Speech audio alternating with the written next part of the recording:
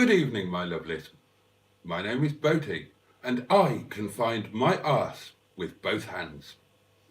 And bear with me just a little while. I'm a little bit I'm a bit poorly. I'm a bit poorly, actually. Do you remember on Monday night when we last did one of these live extravaganzas, and I was a bit coughy, and I told you I'd been a bit sneezy and a bit lightheaded. Well, that sort of developed, and I'm a bit more of all of those things. I don't think I'm actually dying, but I do think I might have a cold or something of that nature. And I was also a bit late getting in because the restaurant was quite busy. So I haven't got a glass of wine. And you wouldn't ask me to do this feeling poorly without a glass of wine, would you? No, of course you wouldn't. So just bear with while I furtle the doings. Talk amongst yourself for a while. Oh dear. Ooh.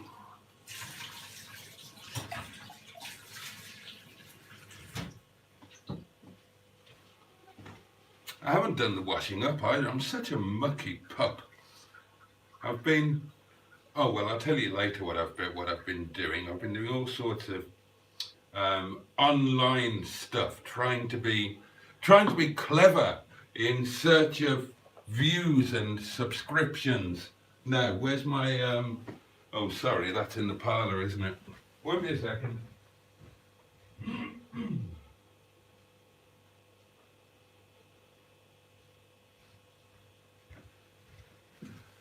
But I've got lots to catch you up on, and I'm very much looking forward to oh shit, you know.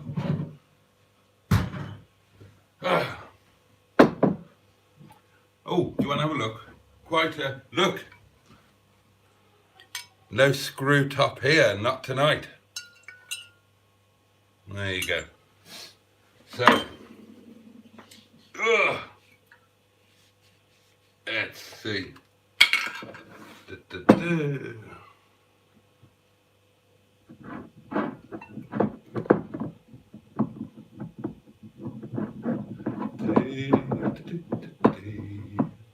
I always think of Basil Fawlty when I do this. Oh, there we are.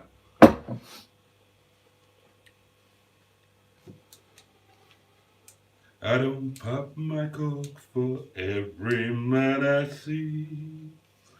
Hey, big spender, spend a little time with me. Oh, that's what we need. Look at that. Look at that. Splendid, splendid. How are you all? Hope you're all okay. What day is it? Thursday. Have you had a good week? How have you been since I last spoke to you on Wednesday? Why isn't that shutting? Oh, crap. Ah, there we are. That wine is a little too long to go in the... Oh, I didn't get that out either. Oh, I can do that in a minute, can't I? Oh, what a chaos. Right. Let's crack on. Now then. Well, let's have a little drink, shall we? Cheers, my loves. Here's to you. Bottoms up.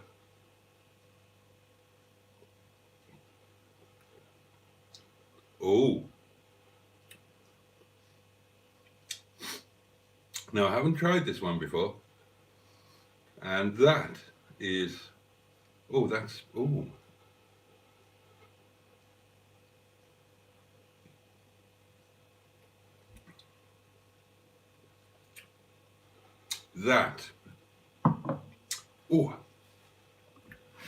That is very, very nice.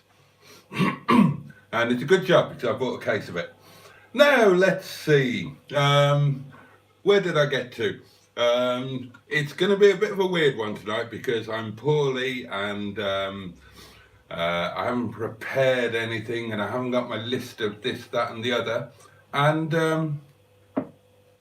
I'm celebrating a little. But let's see who we've got with us. Which of the gang have we got? Let's see. Matthew Harrison, good evening, good evening. Gilbert Theophilus Codwacker. Splendid. Good evening, sir. Jimmy Quinn is with us. GUU is with us. Steve Colg is with us. Tripe Munger is amongst us.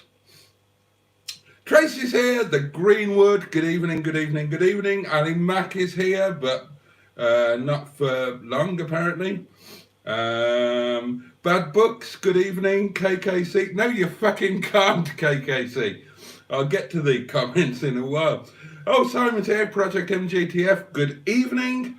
Is that everybody? Oh, Project Ronnie. Good evening, Project Ronnie. But oh God, so many comments, so many comments. Gordon Simpson, good evening to you. KKC, you cheeky bastard, I'm going to sit on your head. Diddly-doo. Chef Daniel, good evening. And right, splendid. Okay, and now let's catch up on some of the comments. Well, I guess the elephant in the room, is it an elephant in the room? Well, it's not an elephant. But it is sort of in the room, isn't it? Well, I appear to have done it. I appear to have hit 1,000 subscribers on the 1st of December, which, as you can imagine, I'm delighted about. After looking at some other channels and some other people talking about, you know, how difficult it is to build anything, my target for year one of doing YouTube, I didn't have a target to begin with. I didn't even plan to do YouTube to begin with. It was just something and nothing. But when I decided to actually kind of have a little bit of a bash at it, my target for year one was 50 subscribers. Might have talked about this before, probably have, but there you go. My target for year one was 50, which, approximately one a week. And judging from what other folk were saying, that was quite a reasonable sort of target to have.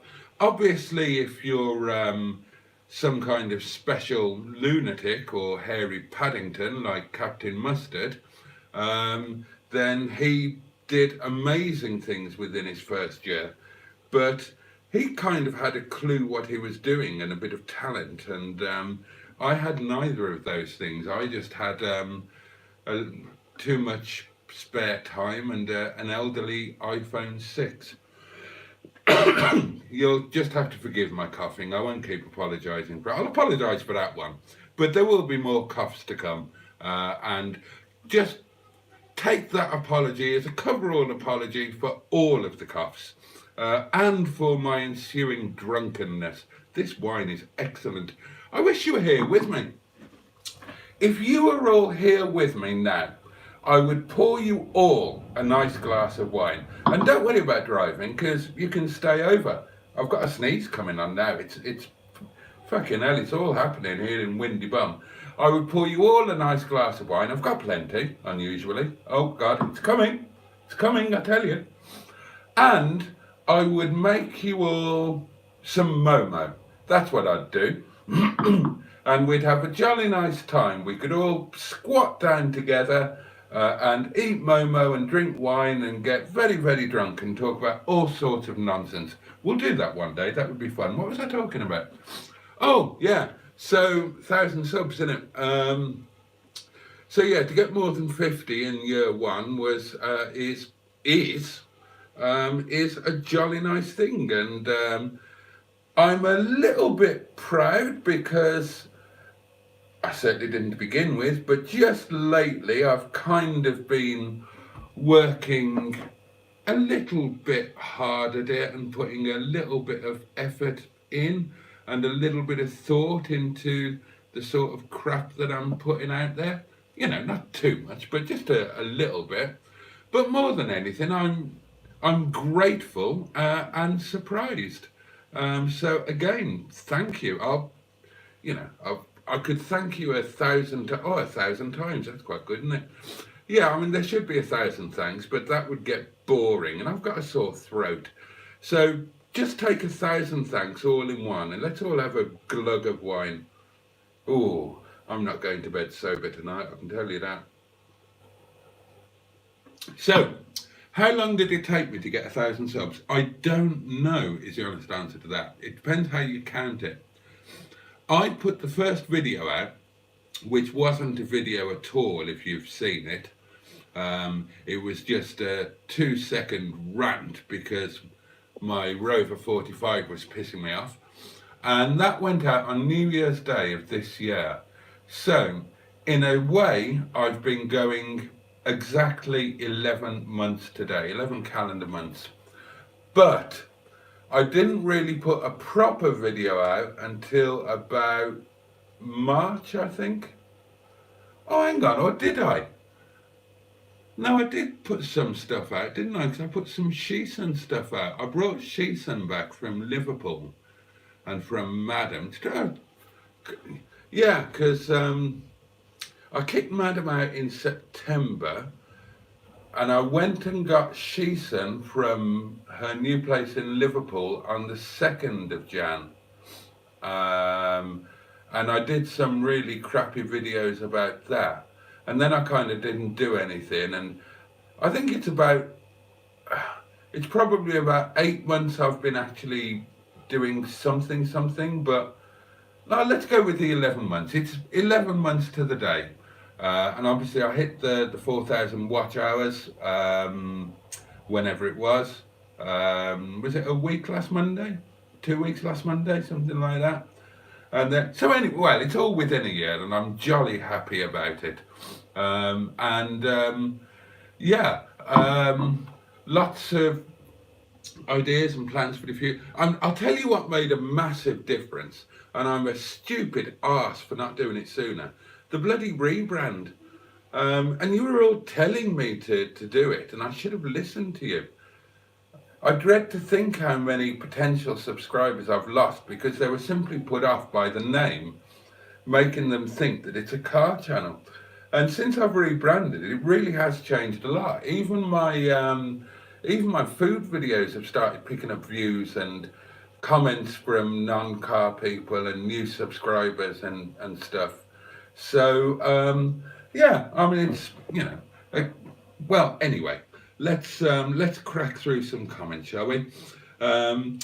1,000 subs, but the real question is how many DOMs? Well, yeah, there's a question. Can you imagine having 1,000 submissive people? And if you were just one DOM, that would be a hell of a lot of spanking, wouldn't it? My God almighty, I mean, you'd have to alternate arms or something. You'd get tired.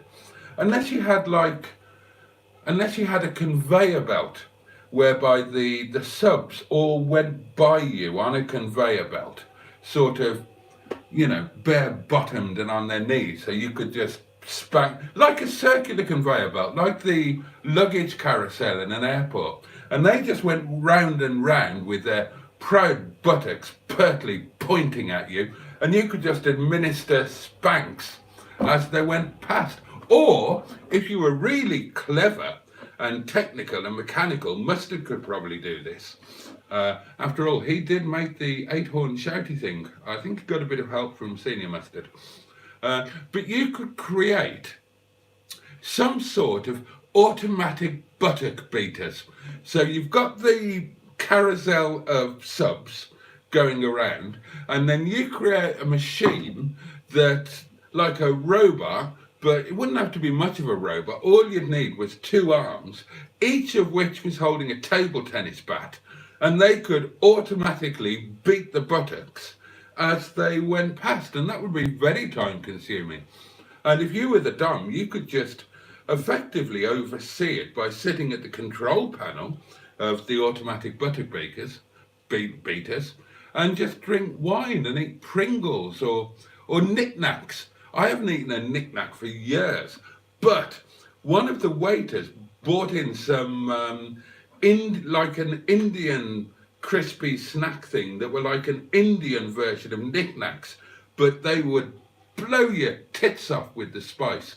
I've asked him to get me some, and when you come round, if he brings me some, we could have a big bowl of those as nibbles. That would be nice.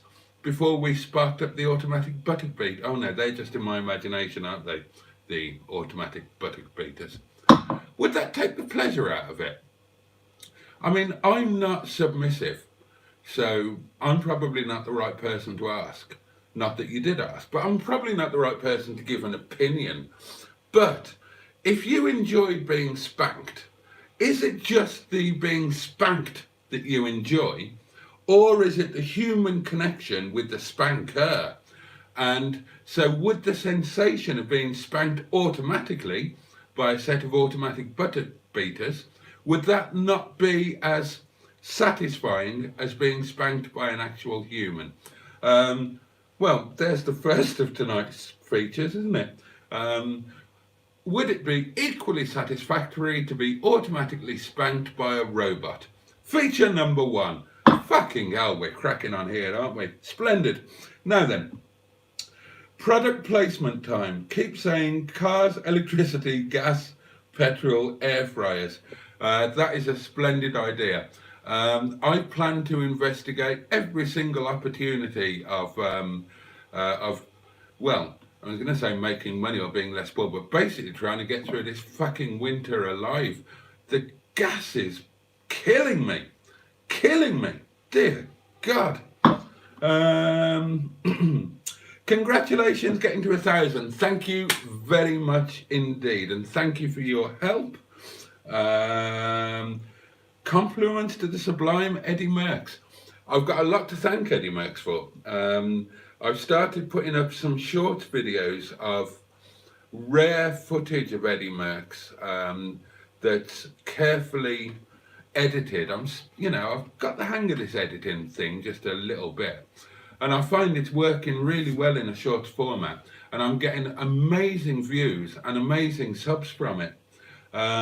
So maybe it's just a one-off. Maybe I've had a bit of luck with a couple of videos, but God knows I'm going to keep going with it, because if I could just put out a couple of shorts a day that are, easily done, and if I can pick up 3, 4, 5,000 views a day from those, and 1% of the viewers sub, which seems to be what's happening at the moment, if I could do that, well, that would keep the channel growing all on its own, and I could stop worrying about that, and I could just make silly videos then for the core of our community, with the cars and the nonsense and mustard and all of that stuff.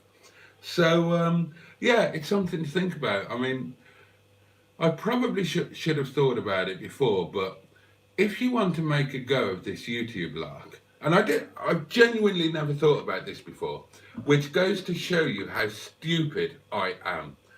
But if you wanted to make a go of this and have some modicum of what might be termed success, then the reality of it is you've got to put stuff out there that people want to watch to get the views, and then you've got to make them want to watch more of it and hope that you will make more of it in order to get them to subscribe. And I've never really thought about that. I've just put stuff out there that that's just around, or that I feel like doing, or whatever. And where I went massively wrong is I tied myself down to the £500 cheap car challenge idea thing, because I can't afford to buy any more cars. And you've bought a car for 500 quid and it's okay. And boom, that's it. That's the end of that. And then what? And then what do you do? And it's not like that's all I'm interested in. Excuse me. I'm interested in many things. I've done many things, and I would like to talk about them all. And cycling is kind of the biggest passion in my life. I dedicated my childhood, my adolescence, and my teenage years to it. It's what was supposed to be my life, my profession.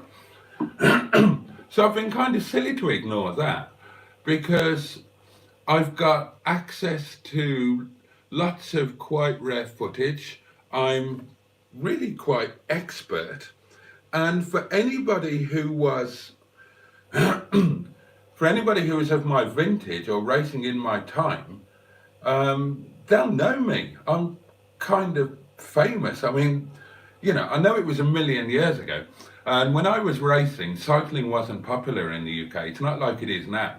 Um, you could be supremely successful and nobody would know who the fucking hell you were. You wouldn't get offered TV adverts for anything.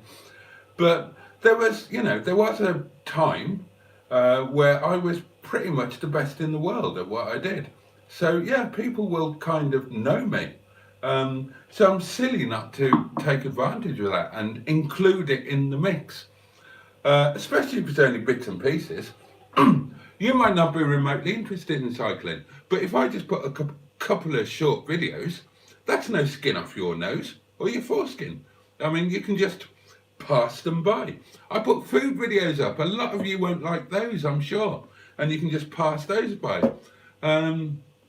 It can be like a pick and mix, can't it, a YouTube channel? And you pick the bits that you want to pick. And if you just concentrate on the licorice allsort, then you're going to miss out on a lot of other people, like people who like money mints or Smarties or something. So maybe that's the way forward, to have a little bit of everything, with the common factor being the annoying fat twat that bloody talks at you during them. Although Mustard did say, Captain Mustard, my BFF, my best flipping friend, was kind enough to say on a video on the M67, the driving the length of the M67, he was kind enough to leave a comment saying this was my best video yet. And I think that was a backhanded compliment, because if you watch the video, I'm not on it in any way, shape or form. You can see that a car is being driven. I don't say a single word and I don't appear on camera. So I think that when Mustard says that my best video ever is the one that I didn't speak on or appear in, is kind of suggesting that he might just be taking the wee-wee.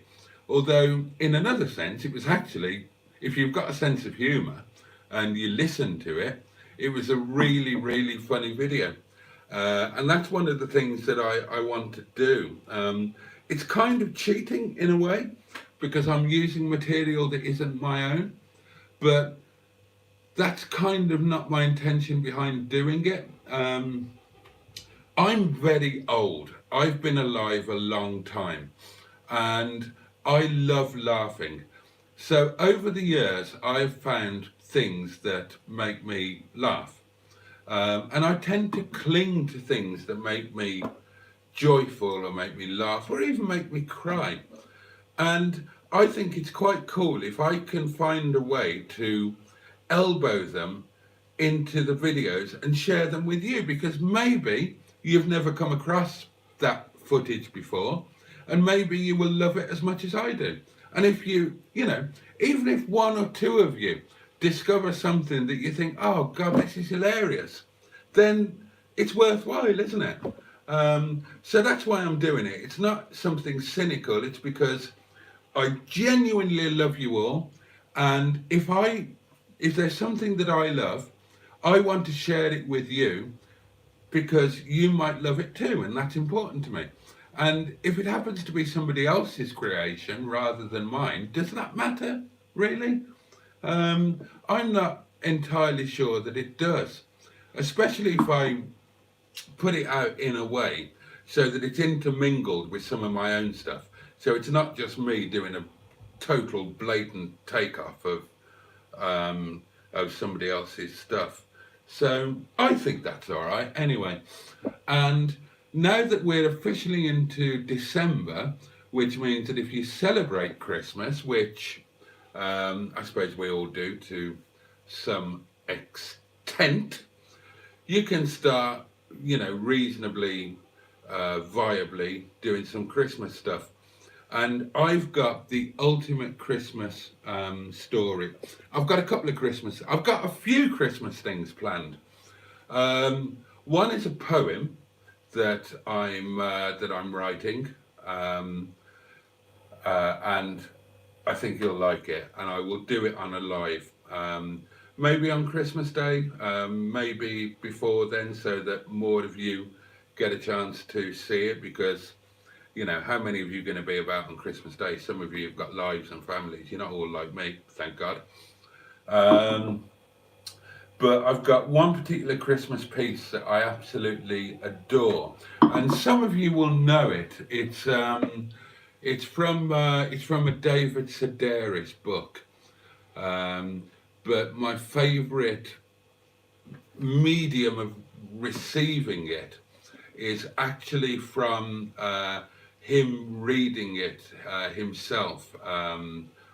And I've got footage actually from when he did it on Radio 4 about 10 years ago. And it is sublime. And if you've not heard it before, then it might just bring you such a big lump of joy that it would be, oh, I mean, it's such a joy. And I'm going to wangle it into a video somehow and throw it at you. I don't even care if it's copyrighted. You're getting it anyway, because it's wonderful. Anyway, there we are. Where did I get to? Congratulations to Monsieur Boaty and all who's in his little pond. Well said. That's very important, because it isn't me that's done this. It's you guys. Because without you guys, even if I was still doing this, which I wouldn't be, because you know only an idiot would put out stuff that nobody responds to, nobody wants to know. But it's you guys that have pushed it all with your likes and your comments and your interaction and your flim flam, and so it's, yeah, we're all in this together. It's all about community. This wine is absolutely fucking fantastic. Thoroughly recommend, and it's on offer at the moment. I'm going to need a top up in a moment. Congratulations. I saw you lost about 40 on Tuesday and felt annoyed for you. Glad you made it. Yeah. When you start picking up, so I've been doing some research on this, because, you know, I wondered what the sodding hell was going on. When you start getting views, it would seem that you pick up bot accounts that leave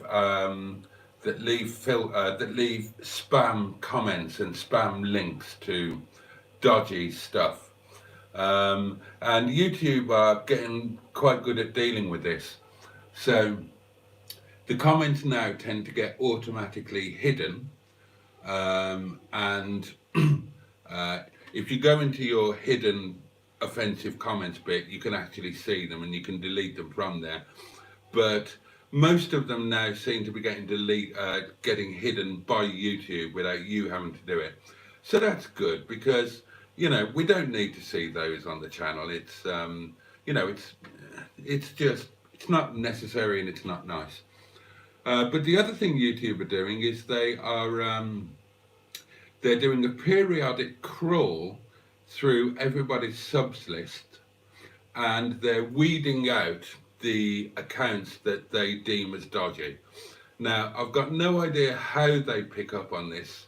Presumably they've got some clever algorithms to pick up on stuff, but basically, if you've got bots on your subscriber list, or if you've indulged in some dodgy practices, like going on one of those sub for sub things, then basically they're picking up, in some way they're picking up accounts that are in some way dodgy, and they're booting them off, which is why you suddenly, in one hit, it's not like it happens boom, boom, boom, boom, boom, boom.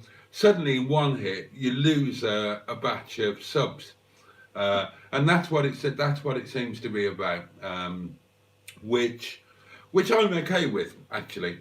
And I'm kind of glad that it happened when it did, when I was just approaching 1,000, because imagine how awful it would be if I hit 1,000, and then they did the trawl, and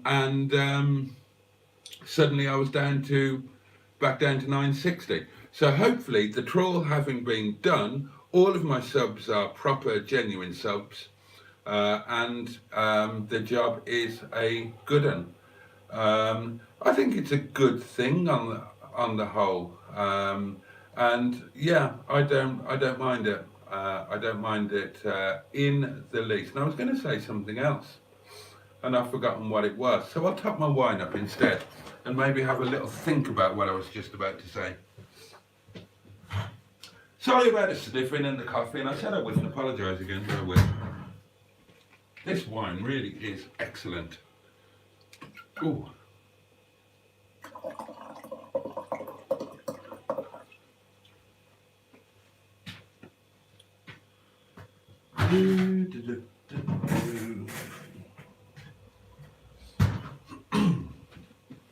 Marvellous. Can't remember what I was going to say, so we'll forget about it. Where did I get to?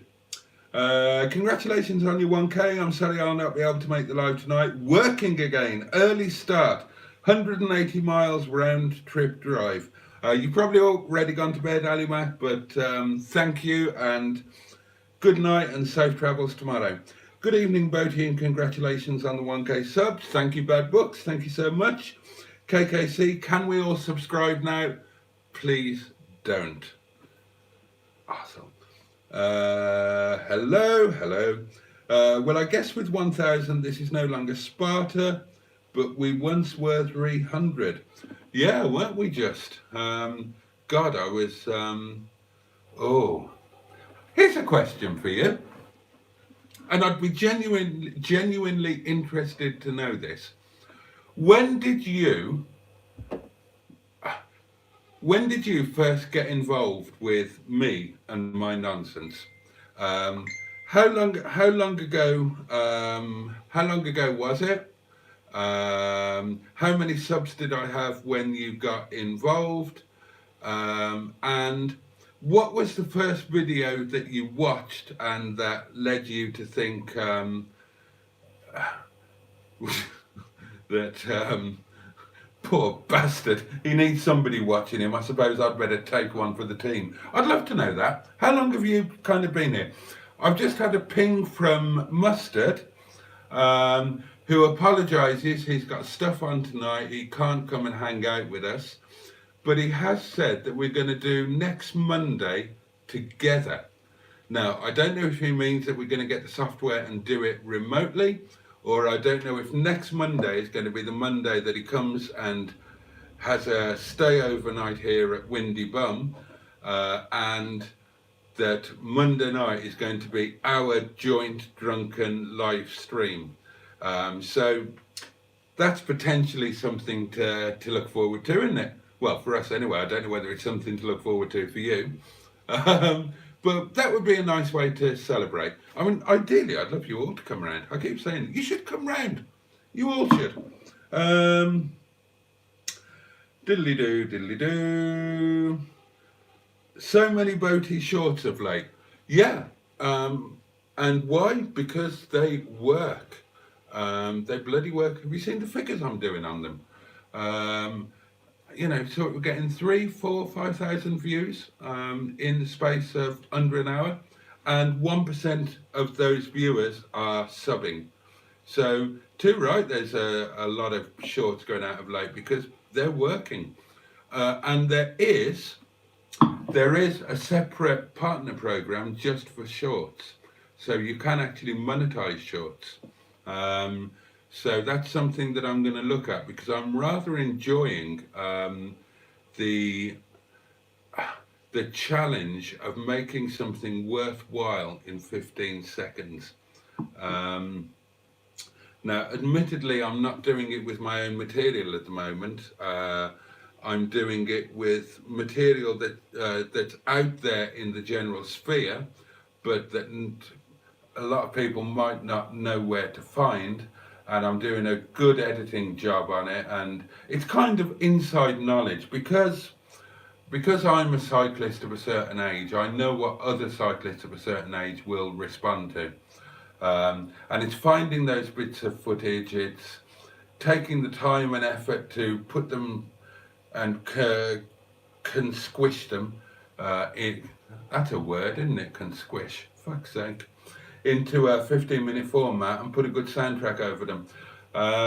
Now, one I did today, I'm so proud of. And it's not done. Oh, right. Mustard is coming over here next Monday.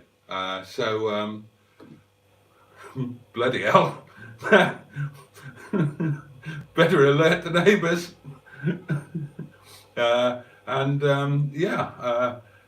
Remind me to freshly laund the guest bedding and lay some food in and milk, I suppose. I've already got tea bags. He bought tea bags the last time he was here.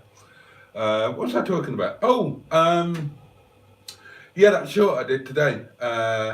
And it's, if you're not a cyclist, you wouldn't understand why, or if you're not a sportsman, but there is no greater pain than having to, we call it packing. It's known as packing, and it means quitting, giving up in the middle of an event. To pack, we say. And it's the biggest pain in the world. There's no relief involved. It's more painful than anything that actually causes you to pack. If you know anything about cycling or have watched any coverage, you'll know that people try and soldier on with broken bones, with horrendous injuries, with bloody all sorts. If you crash, if you fall off, or if you have any other injury, your instinct is to just carry on, no matter what. And if you are forced to stop, even if your own body forces you to stop, or the medics force you to stop, it is the most painful thing in the world. And I have seen the hardest men that I have ever encountered, and I mean utter hard cases, and I've seen them cry like a baby because they were forced to quit an event in the middle. If you ever want to see footage of that, well, watch my short, basically. Another famous one is Sean Kelly when he had to quit the 80, I think it was the 87 Tour de France with a broken collarbone. And he cried like a baby. And he is the hardest guy in the world. Hard as bloody nails, that guy. I know him, trust me. He is hard through and through. But I did this short today, and well, have a look at it, and I got the perfect soundtrack over it. But anyway, that's enough about shorts. If we're all subs, Boaty must be a dom. Good evening, Sir Boaty of Windy Bottom. Good news. It is good news. Thank you so much. I can see why you stopped singing, you cheeky swine. Too late, my minds are already in the gutter tonight. My comments are probably best ignored. Oh, hello. Hello from Mike Hunt. Careful how I say that. Hello to you, sir. Oh, Project Ronnie is missing his little metro due to restoration at Road Revival. Yeah, I've seen the pictures that Wendy Craig put up, and you know, it's going to be worth missing it. It's going to be fabulous. You know that.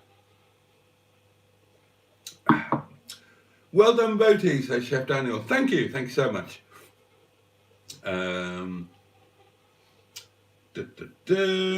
Oh, Ali Mack was here for another 30 minutes or so. So he's probably gone to bed now.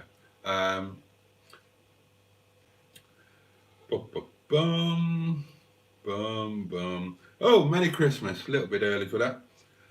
Well done on the 1,000. We all now need to know which brand shirts do you wear. Why? Am I missing something there? Oh,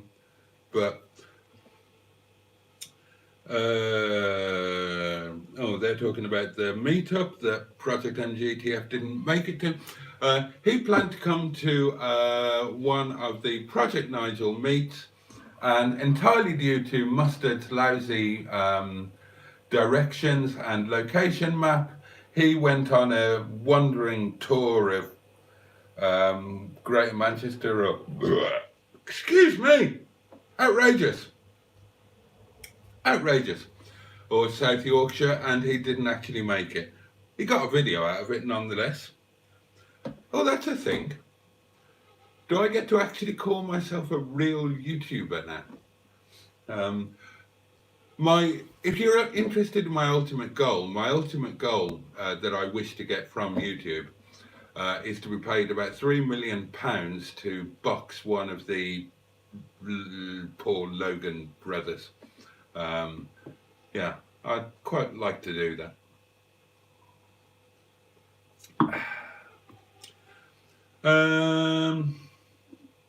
Oh God, I can't read this out. This is complimentary. The reason you have a following, Boaty, is that you're a damn good host. It's a natural talent that transfers over on the video as well. Bloody hell. Thank you. God, blimey. I don't know what to say to that. I don't deal with compliments, mate, awfully well. I prefer to think that you all just feel sorry for me. Oh, Captain Mustard says, big congrats, matey. Thank you, and thank you in particular, everybody else as well, but thank you in particular for the big part that you played in it. I would pass if you have man flu. I haven't got man flu. I've got a slight lurgy. It won't stop me. Nothing stops me. When I broke my legs, I carried on and went bowling. I did that. I think I told you about it before, didn't I? Had an accident, broke my legs, but I had a date the next day, so I didn't go to hospital. I didn't go to hospital. I went to bed, and the next day I went on a bowling date, and that was my first date with Boo. And then the day after that, I went to hospital, and they X-rayed me, and they said that I was a very, very stupid man, which of course I am. Merch, Boaty brand poppers.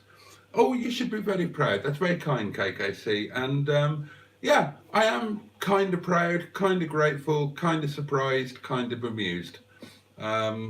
It's really exciting actually, because you think, well, if you can get 1,000, and you know the first 100 were harder than the second 100, and it seems to get easier as you go on. So you know, maybe if you can get 1,000, then maybe you can get 10,000, and then 20,000. I'm kind of starting to see how the mustards of this world get to 3,000 and 4,000, and then how the maths get 60,000. Because, you know, if you can get 1,000, you should be able to get, if you keep putting the content out, it should become exponential. It should grow of itself as long as you're putting the same quality of stuff out. And let's face it, I put crap out there. It can't get much worse, can it? So, anyway. Oh, Stephen S. Paul has actually managed to join us.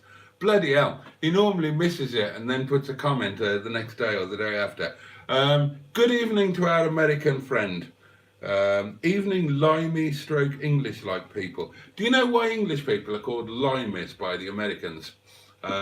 It's because in the early days of the transatlantic doings, when scurvy was a massive thing on the ships, the English used to eat lime to keep their vitamin C levels up and not get scurvy. And that is why the Americans began to call them limeys, because they were all eating lime. And here's another feature. I won't tell you. You can tell me if you know the answer. Obviously, I know the answer, but this is like a competition. Okay, the word posh, as in, oh, get here, me's a bit posh, isn't he? The word posh is actually an acronym. So what does the acronym POSH stand for? Special prize to the first person to put it out. POSH, what does it stand for? See if anybody gets it. Boaty door knockers, bloody hell. Rebrand, I noticed that but didn't hear you talking about it. I took myself by surprise, and I was umming and ahhing and have been for ages. And I just decided that night at work that come home, drink a bottle of wine and just blitz it and do everything and get it done. Deep down, I was sure I knew it was the right thing to do, and it absolutely was, and I should have done it earlier. To celebrate 1000k Sell Gladys live on air, I will start £3.19 in shoes. Gladys is no longer for sale. Mustard and I have done a deal, and Mustard now owns Gladys, and as far as I know is planning to keep her.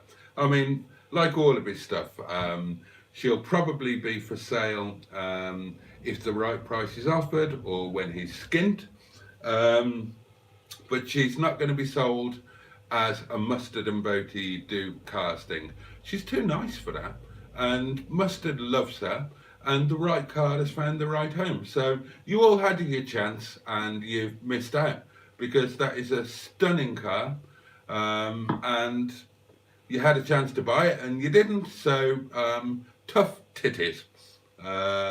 It's a nice car, and we will be rebranding Mustard and Boaty Do Cars, and we will be doing a completely different thing with it. It's probably going to sit largely dormant until either until spring or until we get a couple of bob coming in, so we can actually do the things that we've got planned to do. But it's not going to be, I mean, we'll still be playing about with cars, but it's not going to be the original idea of Mustard and Boaty Do Cars, or at least not immediately. It's something we probably will go back to, but we tried to do it in the wrong way, but more importantly, at the wrong time. But, you know, good things come out of it. Gladys, for a start. Gladys is a fabulous car. Mustard's going to love her, and if he sells her at some point, because she is his car, well, she's sort of his car now. We've done the deal. There's just there's one part of the deal that hasn't yet been done, but I might need to give a little input to that part of the deal. Which reminds me, I meant to contact DGMRS or whatever they're called. Remind me to do that tomorrow. One of us should go and start carol singing at Boaty's door while he's streaming. Go for it. Oh, good evening, Mr. Ben 747. My favourite combination of a children's television programme and large jet airliner. My flag-shagging racist neighbour runs a successful business. Oh, that was a Twitter thing that has just popped onto my screen. James Oldroyd is with us. Boaty time. Good evening. Project Nigel. Good evening, lovely people. I have a video to edit, but there's not a lot of point because all of my subscribers are here. How many people are watching? 22. And you've got how many subscribers? 4,000. They're not all here, love. Project Nigel, what software do you use? Merch Boaty. Oh dear. MMM has entered the Mustard and Boaty Do spanking, table tennis paddle. Anyone want a lovely MGZT turbo in trophy blue? Wrong colour for me. T-shirt idea, Boaty's buttock beaters. Yeah, I something along those lines might actually be rather fun. Yeah. Boaty beat my buttocks. Boaty, yeah, we can do something along the lines.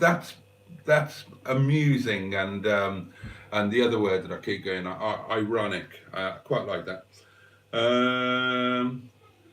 T-shirt idea. Boaty says nothing apparently. 2003 Rover 45 1/8 saloon in silver with black leather for sale in Dudley for a bag of sand, which, if you're not a motor trader, is £1,000 or £1,000. Guess what? I don't have £1,000. I wish I did. I think that you and Mustard should have a weekend in Amsterdam. God. Ooh, blimey. I have a dislike for the shorts portrait format, but it seems they are the current hot topic. I have a dislike for that as well, and it's currently one of the banes of my life trying to work landscape into portrait. Um, but whether we like it or not, and I prefer long format, and I certainly prefer landscape, and I don't like having to use a portable electric telephone. I do all of my stuff on iPads, as you know, or as most of you know. Very occasionally laptop, but I never use my portable electric telephone for that sort of thing, except I do now with shorts. But YouTube are pushing shorts, as are Facebook with stories and as are Instagram with reels. And that means that, like it or not, you've got to bite the bullet, and you've got to do it. And if you're going to do it in a way that makes it work for you. There's no point getting annoyed by doing a short that then only gets 100 views. But if it gets you, like one of mine today, it got me 3,500 views, a lot of watch hours, and I think 35 subscribers. So, you know, that's worth doing, isn't it? And yeah, you can, you know, it's short, it's easy. Get it done, take the views, take the watch hours, take the subs, and then just concentrate on your long format. But if they're pushing it, and if their algorithms rhythms are pushing it, then that means that it's your best way to get out there to people. So you've got to do it, and hopefully they will come for the short and stay for the longs. But there you go. So apologies to anybody who's getting beleaguered by my shorts, who don't like them. I don't like them myself, but they work, and I've tried to put some amusing ones in there so that your annoyance is mitigated by some amusement. I mean, I thought the one of the English football team was fucking hilarious. I keep watching that over and over myself. And the idea of overlaying it with Rule Britannia, sung by Catherine Jenkins, who is from the nearest town to my home village in South Wales. She's a Neath girl, and I would, by the way, just in case she's watching. Anyway. Oh, hello. 2005 Rover Streetway seeks caring and budget-friendly mechanic, preferably in the Derbyshire area. I know an excellent mechanic, but they're not budget. Boaties, sell your MGZT to mustard celebrity friend who has started buying the MGZ car range, and buy the more economical 1.845 in full Bertie spec. That's not a bad shout. And if I was going to sell one of my cars, the ZT is probably the one that I would sell, because lots of reasons, really. But yeah, if James would like to buy that, he's more than welcome to come and talk to me. Or if anybody else would like to buy it or swap it, or it's probably the car that's the least me. Although I do love it, but it's probably the one that is the least me.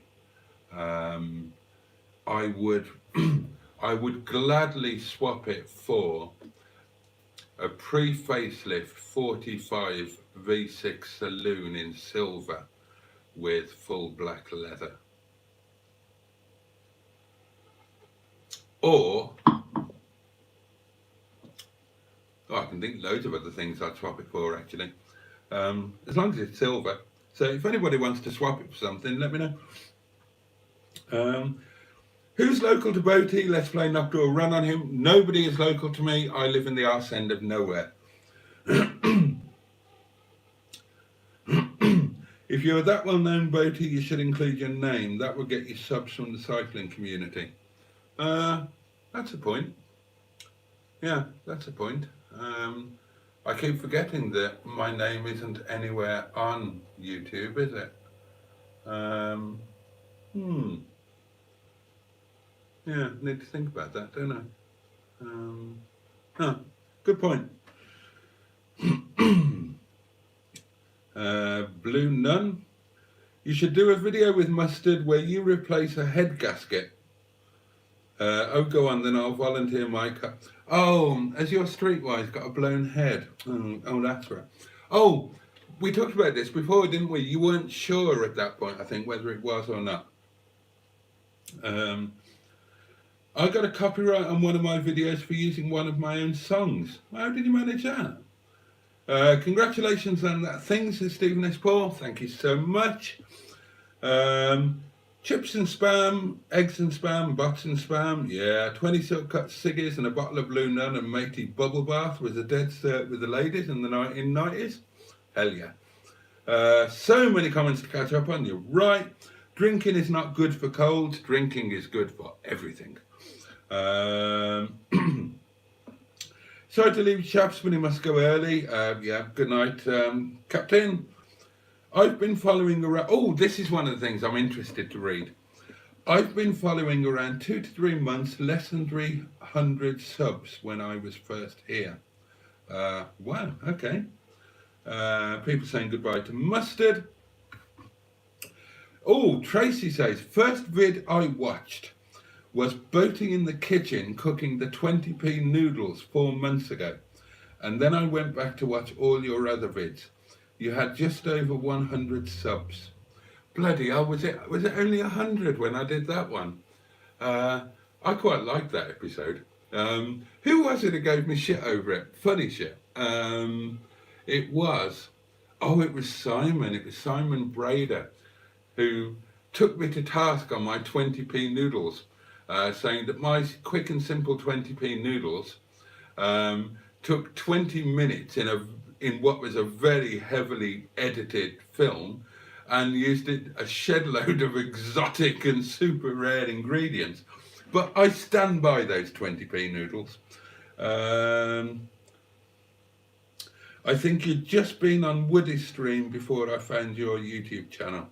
Yeah, Steve was very sweet, bless him. He did try to push my channel to some of his live, and I really enjoyed doing his live stream. I'd love to do another one, but Monday clashes with mine, and I think Friday is his other one. And you know, I'm at work, and I'm at late work, so it's not like I'm at early work, so I can do a late one like I am at the moment.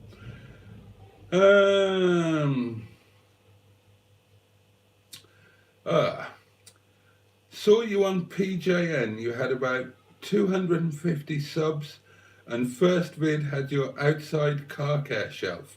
Oh God, yeah, the add-on to Bob, the inexpertly constructed palace of motory delight. The shelf went up a lot easier. I should watch all of these old videos again. I wish I'd put them up now when I've got more people to watch them. Some of them were half funny in places. How about a video on the hassles of Christmas shopping for tall people? I'm always hitting my head on Christmas decorations in shops. Don't do any Christmas shopping or buy online, but yeah, it's a point. I knock my head on things in shops as well. Especially when those supermarkets have those big hangy things saying shop here or something. And yeah, they're always too low.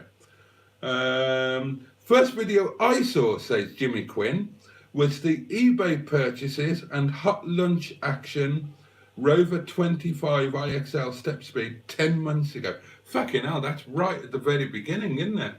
What did I buy on eBay?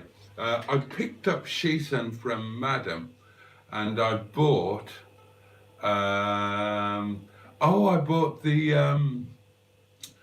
the brochure, didn't I?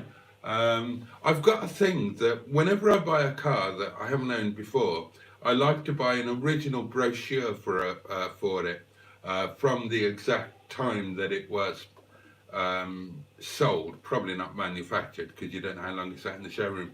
So all of my cars have got an original brochure in the history file. I say all of them. There's one missing, and it is the. Oh, it's Brian Johnson. Brian Johnston. I haven't got a brochure for him. Need to try and get one of those sorted. And Miss Henrietta Pye has only got kind of a flyer brochure, not a full brochure. So I need to add those to the doings. I've been particularly poor. Gas has been eating all of my money. Not that I've got any money. But anyway, so bloody hell, Jimmy Quinn. So you really have been here from almost the beginning. Seems like momentum is what you need to keep going. Well, yeah, I guess. All I can tell you is that it's a bastard to begin with, and it just kind of gets easier. And, you know, and that's probably a twofold thing. It's probably that as you get more viewers, then YouTube will show your video to more other people. That's how the algorithm works. So you are probably likely to pick up more newer viewers. Plus, you're going to get either technically better, or you're going to get a better feeling of what works, what people respond well to. Said he, talking as if, you know, I don't know what the fucking hell I'm doing. Don't listen to any advice from me, for Christ's sake.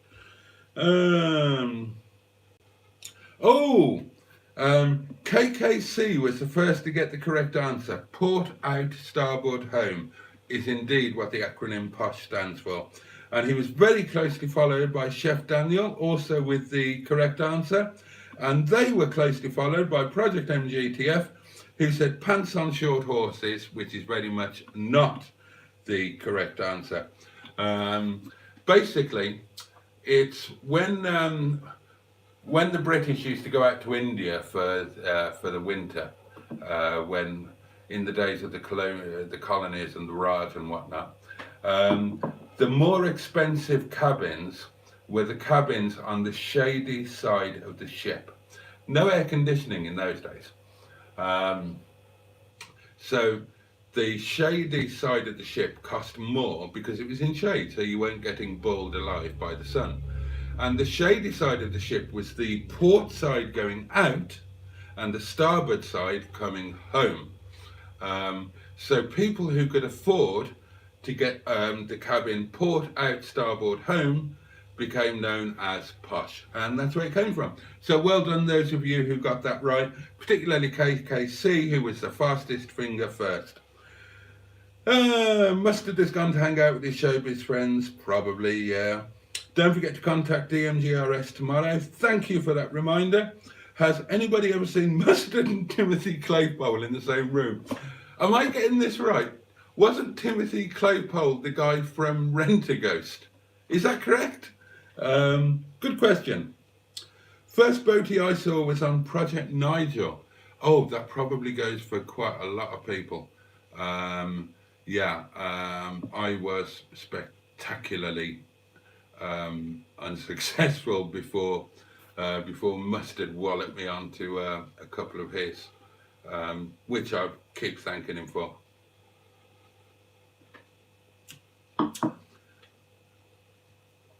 Hang on.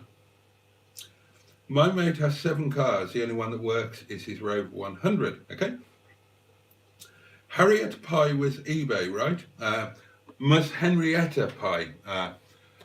No, not eBay. Not eBay. No. You mean where did I buy her from? No. She was Facebook Marketplace and a Facebook group.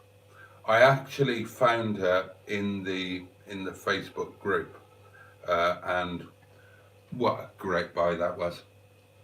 One of my best ever buys.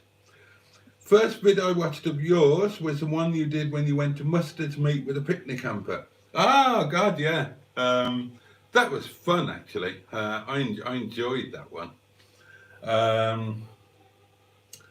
Impressions click through is the key. Yeah, guess so. Um, bloody hell. Steve Cole was in the first 20 subscribers. I'm genuinely amazed by that, because if you asked me to bet, I would have bet that none of my first 20 subscribers were genuine. I would have bet that they were people from work or people from singles that I begged to subscribe. I didn't. I'm surprised that I got a genuine subber in amongst my first 20. But thank you. You must be my oldest proper subber. Although, to be fair, some of the guys who subscribed from work, who subscribed purely out of kindness and support, they have started watching the odd video now, and they take the piss out of me over the live stream, because it obviously flashed up when they were in bed about to go to sleep, and something flashed up, and there's me waffling away to the camera and to you lot. And they said in the restaurant the next night, what the fucking hell are you doing at 1 o'clock in the morning? Bloody. So they've got, and when I hit the 1,000, I was in the kitchen at work tonight when I hit the 1,000, and they all applauded me. Bless them, it was lovely, and then went round and high-fived everybody and made plans for a bit of a food celebration tomorrow night that I'm going to have to pay for. They've been really, really supportive, bless them. And if any of my Nepali work family, and they are family, they adopted me and I adopted them. If any of you are watching this, I don't suppose you are, but thank you. Thank you so much.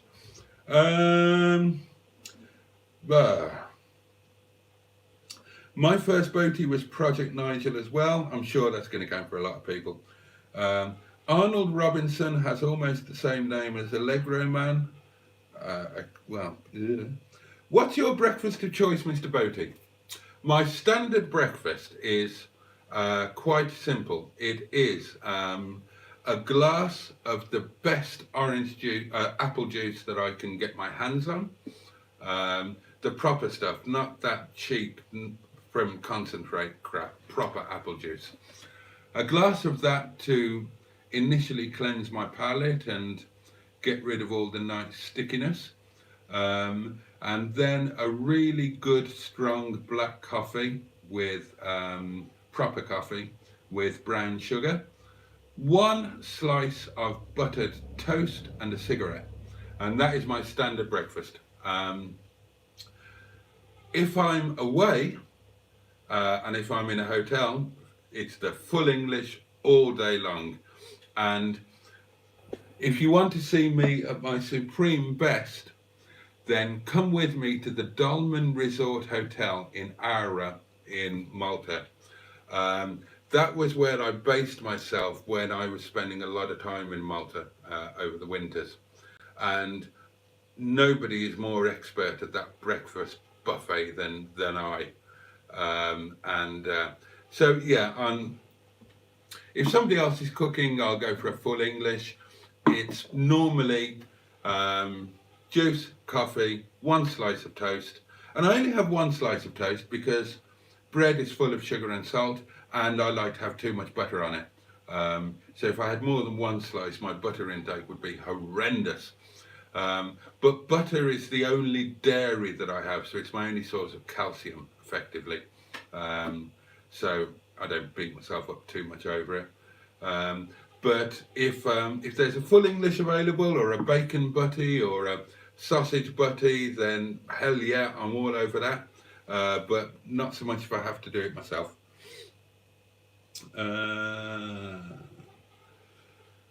I was brought here by Project Nigel. Does that make him one of Boatie's disciples or a prophet? That's a good question.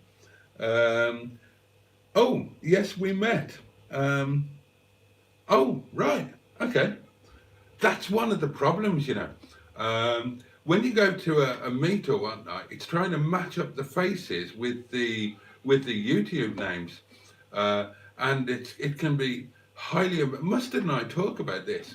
Um, it can kind of be embarrassing because somebody comes along and talks to you really closely and chummily, and you're not sure who the hell they are, because you're not sure of their YouTube name. And if they came along and said, "Oh, hi, I'm so and so," and gave you their YouTube name, you'd think, "Ah, brilliant, great," and you'd, hug them or lick them or feed them or something.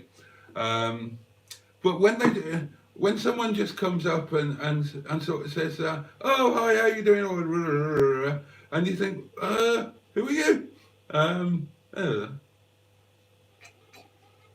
excuse me.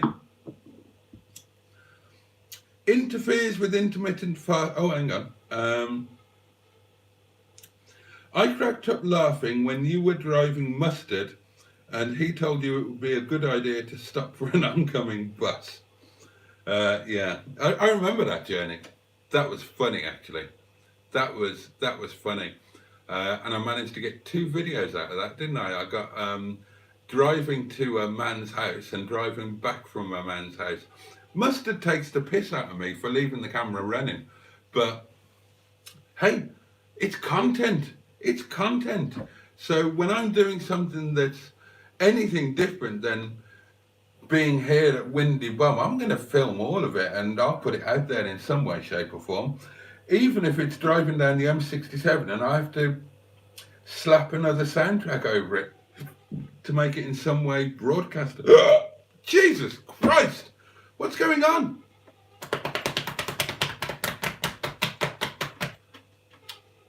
Do excuse me, my loves. I apologise. I'm keeping quiet on that. I'm still rocking a lockdown ponytail. Oh, really? I should keep silent to protect my ego and dignity. Breakfast interferes with intermittent fasting. I try not to eat from 8 p.m. till at least 10 a.m. Oh, Christ, no, I have my supper at about 2 o'clock in the morning, and my body has become well and truly adapted to it. I try and start 6 p.m. to midday when I'm on it. Couldn't be over. I have an unforgettable face. Quick Tarzan impression there. That wine has given you the windy pops. It has, and I've caught up with the comments, and I am now going. I am not going to make an excuse, and I'm not going to tell a lie. I'm going for a fag, and I'm going to jolly well enjoy it, even though smoking is very stupid and expensive. But it is stupid, but it's not expensive for me at the moment, because my friend Gopi came back from Nepal with these, and they cost about 2 rupees. And it doesn't matter how much they cost anyway, because they were a present and I don't have to pay him. I don't feel as bad as I did. That must be the effect that you guys have on me. You make me feel better, so thank you for that.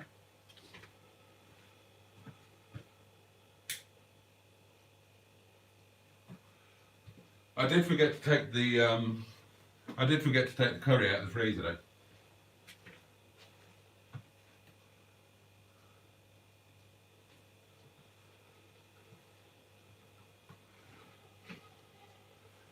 Oh,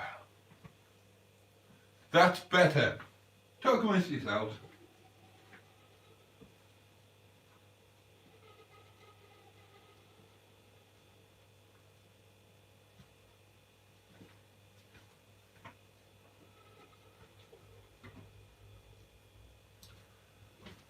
It's a bit cold out there. Bloody hell. I have to go outside the back door, you see. And I don't know what the weather is like with you, but where I am, it's not freezing cold. It's about 2.5 degrees, or it was when I drove home from work. But there is fog like you wouldn't believe. It's like a blanket. It's about 3-yard visibility. Horrendous.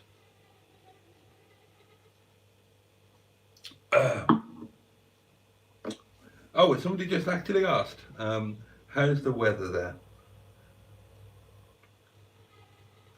Let's all ask a question that he feels compelled to read and ask just because he's caught it. Why don't you all ask me a question anyway? It's after midnight. There is no, we're past the watershed.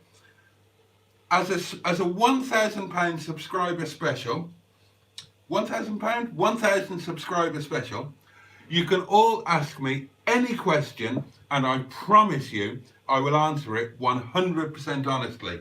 So make it a good one. I might deny it afterwards and delete the footage, but I will answer it 100% honestly. Any question you like, anything you like, I don't care. Go for it.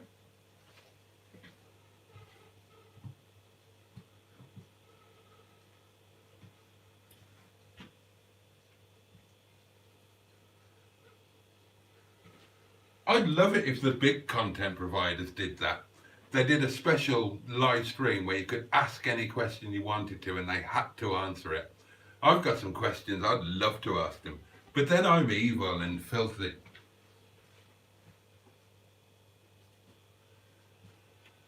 And I have no shame, so I will answer. And it will be honest. Oh, in case any of you are interested in how Tinder's going, can you hear me from here? You should be able to. I'm shouting a little bit. I have to keep going outside the door to have a puff.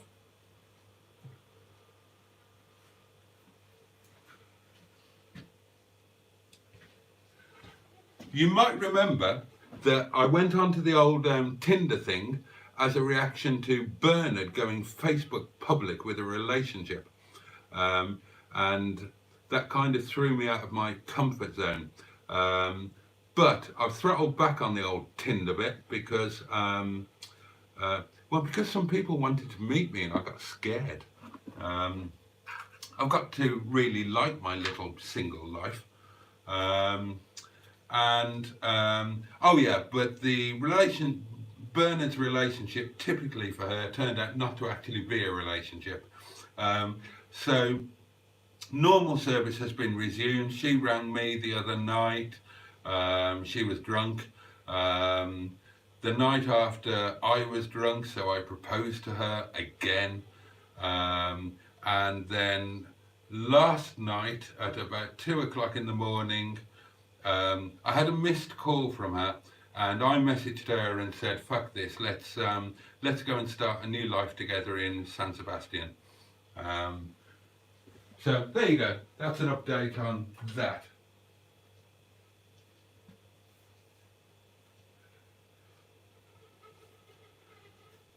Oh, that's better. I tell you what, even when you've got a lurgy, all you really need is curry, wine and a cigarette, and you feel half human. Oh, hang on. Ugh. Oh, I should take my food out of the freezer, shouldn't I? Have I got any questions coming in? I'd like some questions.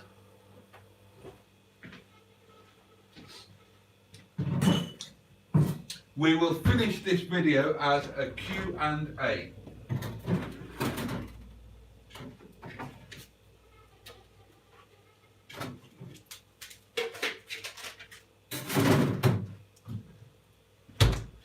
That's what I need for tonight. Oh, and where's my... Yeah. I treated myself tonight, and I made myself a naan with about half a bulb of fresh garlic in it. Thoroughly looking forward to that. That's another benefit of... Anyway, where did I get to? Diddly-doo. Oh, God. Oh, hang on. There seems to be quite a lot.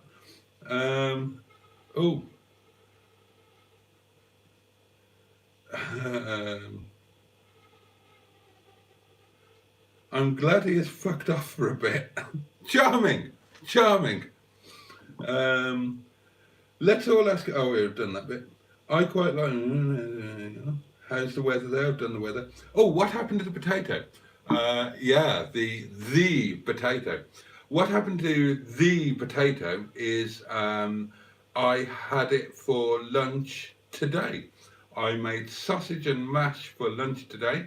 Oh God, and it was nice. They're actually chipolata sausages. Um, I bought a pound or half a pound of them, and they were jolly nice. Uh, and I made the mashed potato with lots of butter and horseradish, and I made a nice onion gravy, and it was lush. And if you want to see a picture of it, there's a picture in the Facebook. Oh, we don't talk about the Facebook group. There's a Facebook group, if you didn't realise, which is intended to be like a Facebook addition to the YouTube thing, another part of the community, because Facebook is more useful for organising meetups and stuff like that, and you can put pictures and you can message and whatnot.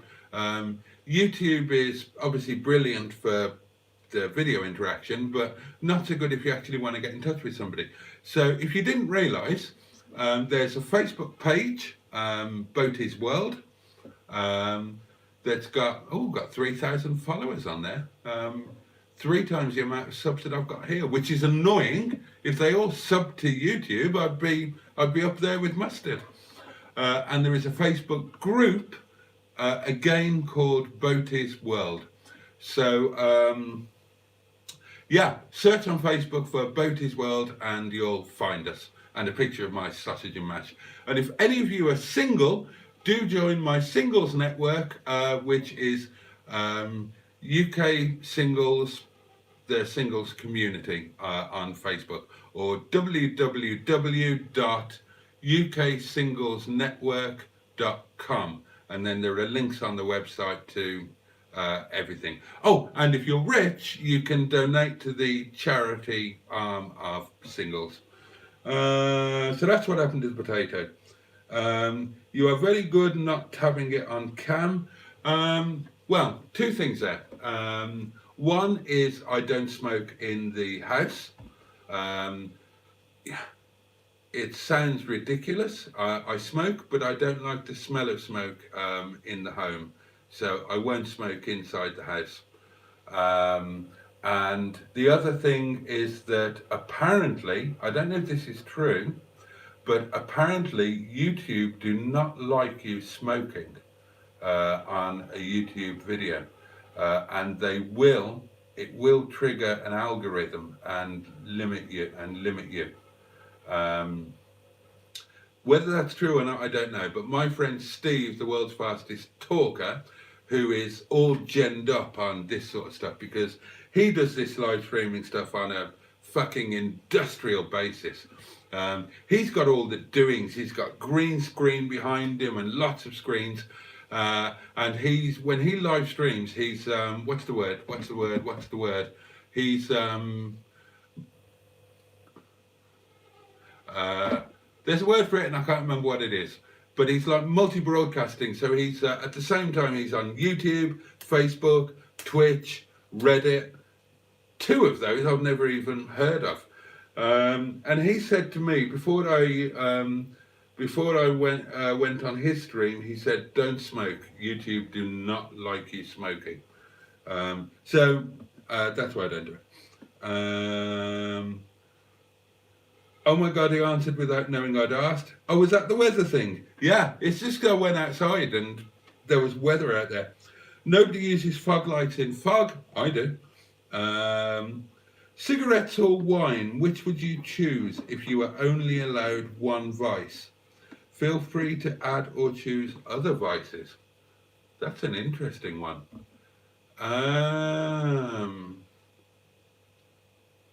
I would choose wine.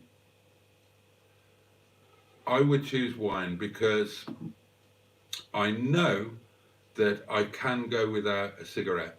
I choose not to, but I can. So if I'm on a long haul flight, I don't have a problem. I don't have to use patches. I don't I don't even think about it. I just don't smoke. And um, if I'm, if I'm in an, I don't have a problem with not smoking, or I would have less of a problem with not smoking permanently. I can not smoke temporarily, just as I can not drink temporarily. I don't drink when I'm out. I'm the only person at work who doesn't have a drink at work. They all have a drink. I stick to Coke at work actually.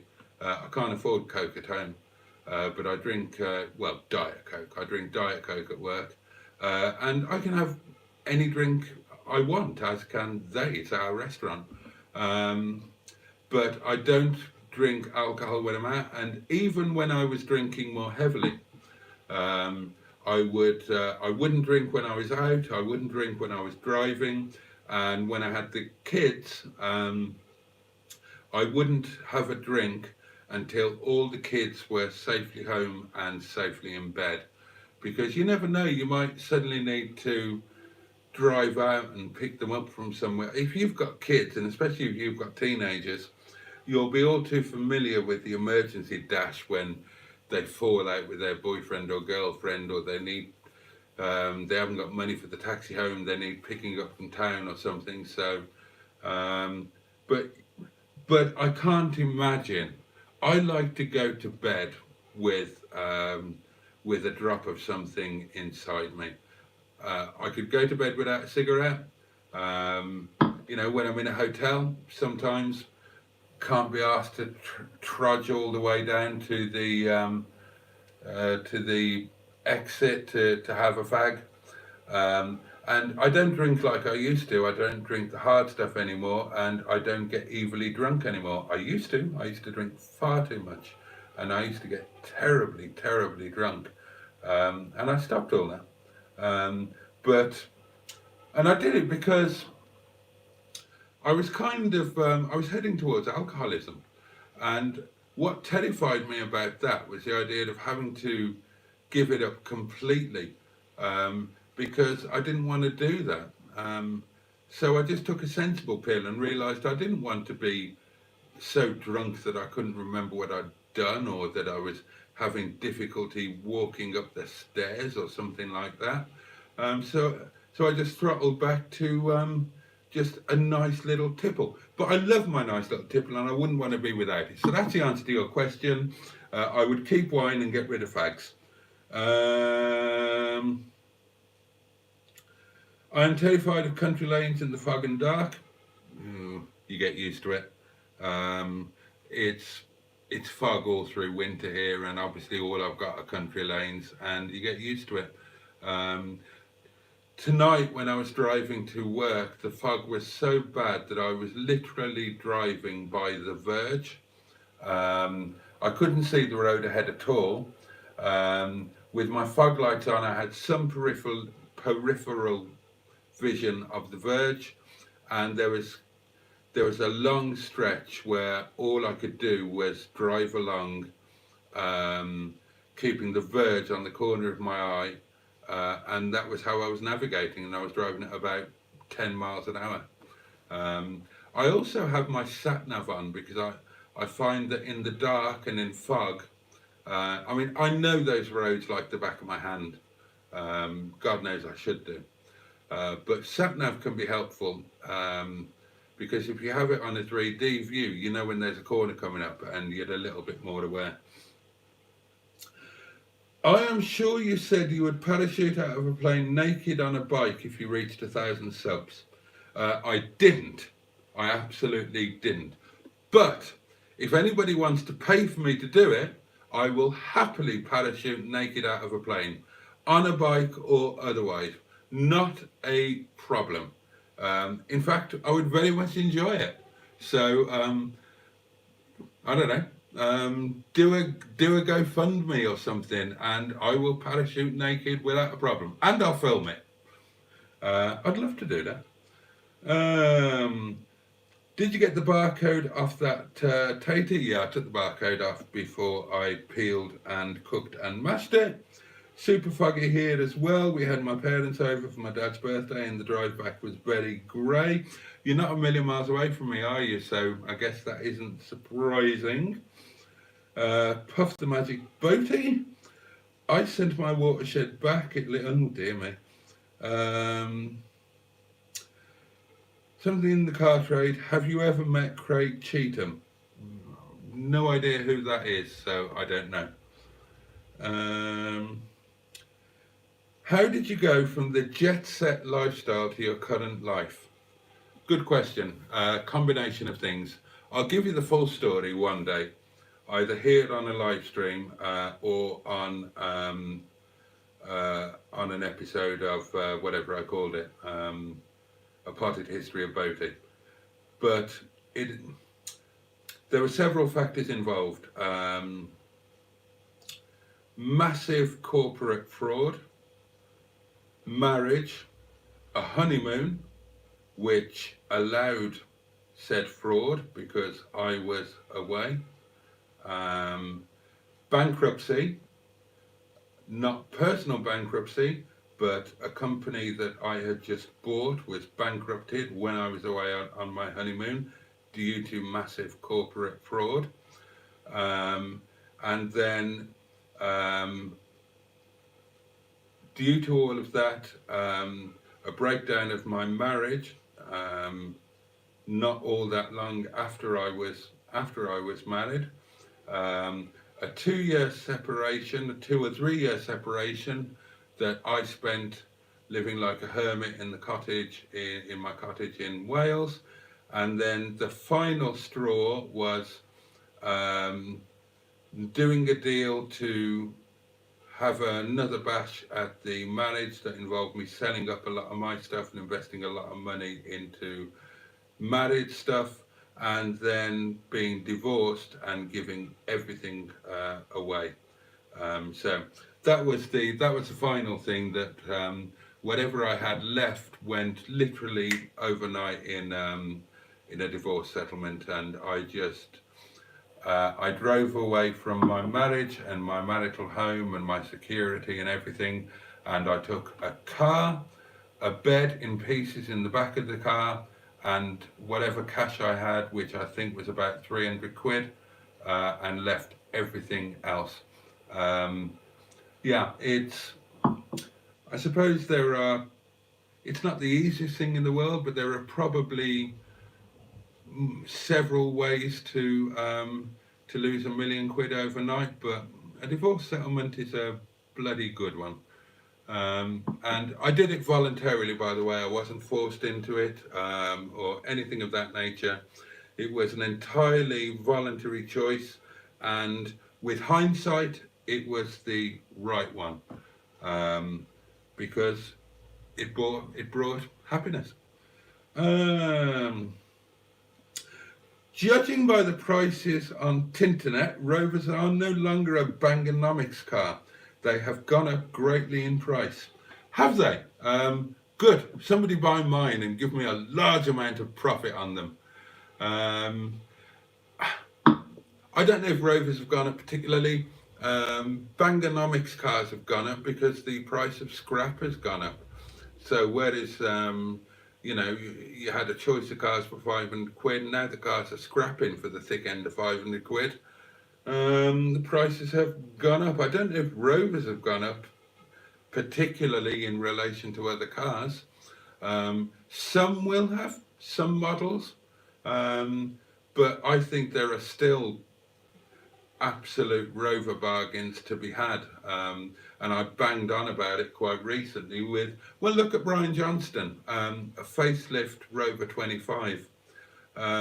Mustard couldn't sell that for love nor money, and it's a belting car, an absolutely belting car. So there are still cars like that about that are still bargains to be had. And even though people are asking money for certain other cars, you can still buy them. You can still buy a ZT190, a decent one for under 1,500 quid. That's a nice thing to own and a good bet for the future.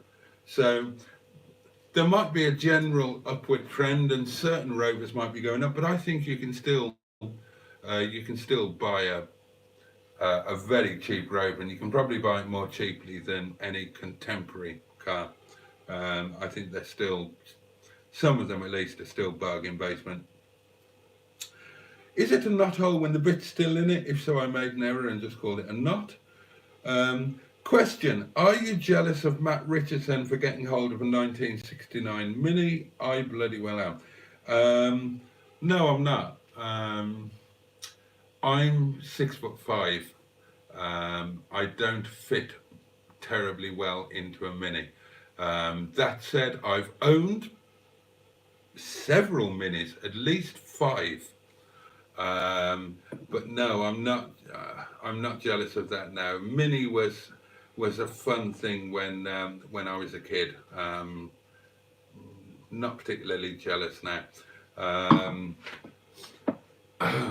The car of Matt's that I would most like to own myself is, for purely sensible grounds, his Freelander Hippo.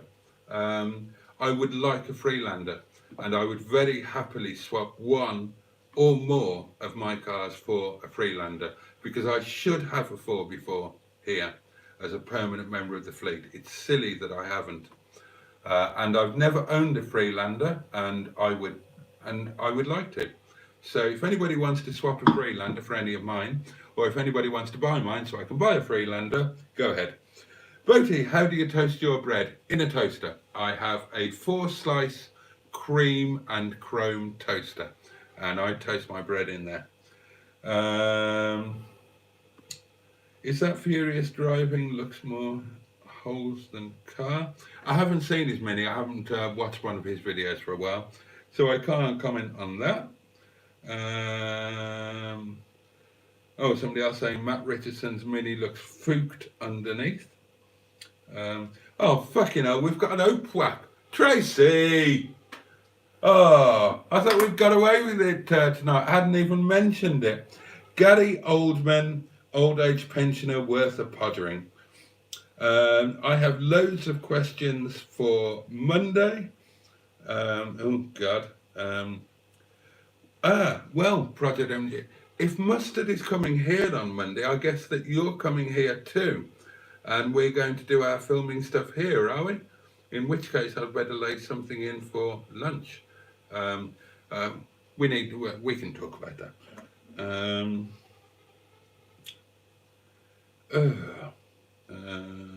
Next week live is Mustard playing the piano while you sing. God only knows what will happen next week if the pair of us are here and live. Oh, hello. Gas Station Slurpee asks, why am I here? Remind me. Buggered if I know, but welcome, and it's a joy to have you. They will both be out of tune. Bollocks. YouTube don't like smoking, but a video of killing people in Ukraine is fine. Yeah. Oh, that was something I wanted to talk to you about. You know this thing about the Queen's lady in waiting asking the black lady where she was from. What do you think about that? Are you outraged by it? Because I'm not. I am mixed race, and I was much darker when I was younger, and the country was much whiter. I would not be in the least offended if somebody asked me, because let's get this right. She said, where are you from? And got the answer, whichever part of the UK it was. And then she asked, where are your people from? Now, I don't think that is remotely offensive. It's effectively asking, what is somebody's racial heritage? And I don't think that's a problem. I don't think that it's a racist thing in any way, shape or form. We live in a multicultural society, and I don't see any problem when you meet a brown person or a black person or another brown person or another black person. Where's the big deal in finding out what their racial heritage is? Because I can't remember what this lady's name is, but it certainly wasn't a very English name, right? and she's a person of colour, she's black. So it's pretty bloody obvious to anybody that at some point in her familial background, there's going to be a country other than the UK involved. And I don't see a problem. It's just part of socialising. And I think that the media have gone mental pushing this, and I think it's out of order. And I think that the woman herself is absolutely playing the victim and milking it. She's saying that she feels abused and interrogated and traumatized. Bollocks! Bollocks! Absolute crap. And I've heard at least 2 other people of colour come out on the media and say the same thing. And it's bollocks, right? You want to ask me where I'm from? I'll tell you a very personal story, right? A very personal story. I once slept with, I've several, I once slept with a black woman. And I don't mean that I've only done that once, I've done it several times. But I'm talking about one particular occasion where I slept with a black woman. And when we unwrapped each other, and upon close inspection, she said, "Ah, you've got black man's balls. Where are your people from?" I wasn't remotely offended by that. I think it's perfectly reasonable in a multicultural society as a conversational piece to inquire as to people's heritage, because it's interesting. It tells you something about that, and I'm hearing all of this crap about it's a posh thing, it's a placement thing, it's trying to keep somebody in their place. Bollocks. Don't buy it. It's just a load of this, whatever the current buzzword is, media-fed crap. There's no way that that woman should feel remotely traumatized, or it's all just bollocks. And the idea that an 83-year-old woman has been forced to resign and humiliate herself and grovel an apology for asking where somebody's people are from, bollocks. Sorry, just my opinion. You might disagree with me, and feel free to say so. Simulcasting, that's the word that I was after. Simulcasting. That's exactly, you're right, that's what I was looking for. But we're Twitch only because he got made affiliate, so we're Monday, Wednesday and Saturdays on there now. Okay? No idea what Twitch is, and I don't know what an affiliate is. Does that mean he earns money from it? If so, cool. Did wonder if being affiliated stopped you being able to do more than one thing. Just saw another OPWAP comment. I'm so immature, but I take pride when my silly thoughts get used. Take pride. Take pride. OPWAP will live on. Crikey Boaty, I feel for you. Don't feel for me. I'm fine. There are people a million times worse off than me. He's talking about the loss of status, loss of money, loss of security thing, right? I did that voluntarily. And in my mind, I thought, I've got the same 2 arms, the same 2 legs, and the same thing in between my ears that I had when I made money. So I can do it again. And you know what I discovered? I don't want to. I'm not interested. I've become a very different person and a better person, because when I was driven, I was a bastard. I was. I wasn't a through and through bastard, and I wasn't evil, but I was a bit of a bastard. As driven people can be. And life is just better now, and I do things for other people. They tease me at work and they say that one day again I will be rich. And I say to them, I never will be. And I never will be rich. And you know why? Because I give it away. I already give more money than I can afford to give to my charity. And the more money I get, the more that I will give and the more difference that I will make for other people. Don't get me wrong. I love where I live. I have multiple cars, as you know, that is a hobby. I drink a little, I smoke a little, I eat like a king, but that doesn't really cost me money because it comes from work. You know, what more do I need? I would like a little bit more money so that I could fix the cars properly and keep them fixed. I hate the fact that at any one time I've got one or two that are off the road purely because I can't afford to fix them. So I would love little bit more money for that. I would love a little bit more money to fund doing some road trips for the channel to meet some of you guys, to get some interesting content, that sort of thing. I would love not to worry about bills, but I don't want to be rich. I would like to have just enough, plus a bit to give to other people and to help other people with. I'd love to subsidise a load of stuff in my singles network so that people who haven't had a holiday for years, I could take them all on holiday, or rent a coach and drive them all to the seaside for the day, and or just pay their bloody gas bill for 6 months, that sort of thing. But don't feel for me. It's cool. I'm a happy bunny, honestly.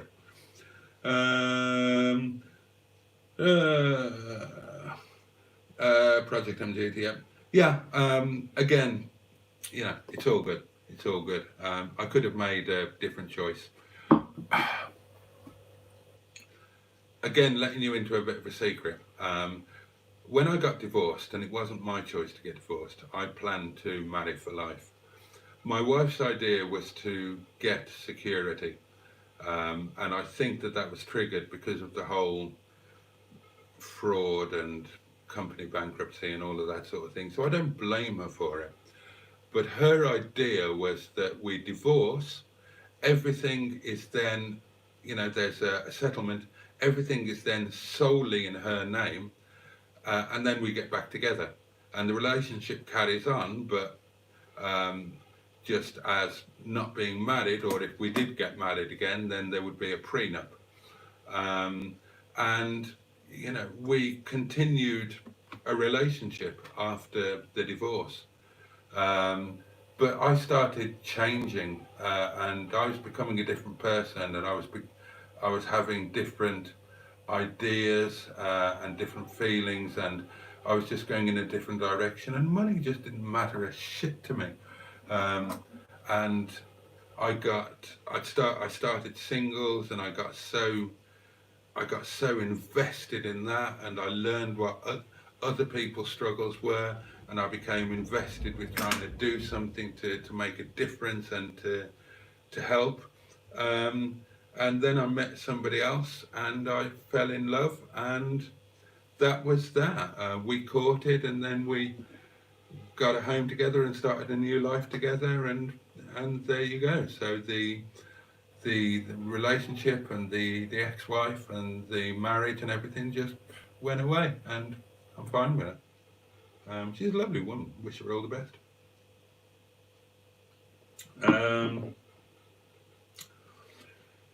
What did he do? Okay, they're talking about, I knew you were going to say hippo. I'd have the touring. I need touring. Well, bye Henrietta Pie. Okay, sounds good to me. Yeah, we'll sort that out. I presume Mustard's going to be coming over here for the day and the night. So, which actually, if we're going to do something, that would make more. For those of you who don't, well, why should any of you know? Little bit of an advance sneak. Project MGTF is going to do a little bit of collab video stuff with me and Mustard on Monday, and it looks like that's going to take place here at Windy Bum, or around Windy Bum. I don't know what we'll do. We'll think of something. Maybe go out for a drive somewhere. There's all sorts of things that we could do, so we can think about that. But where was I going with this? Yeah, but that's happening. And if anybody else would like to do something with me, just shout. You'd be more than welcome. Yeah, so that's happening. Yeah, but hippo, yeah, a Freelander would be a really good thing for me.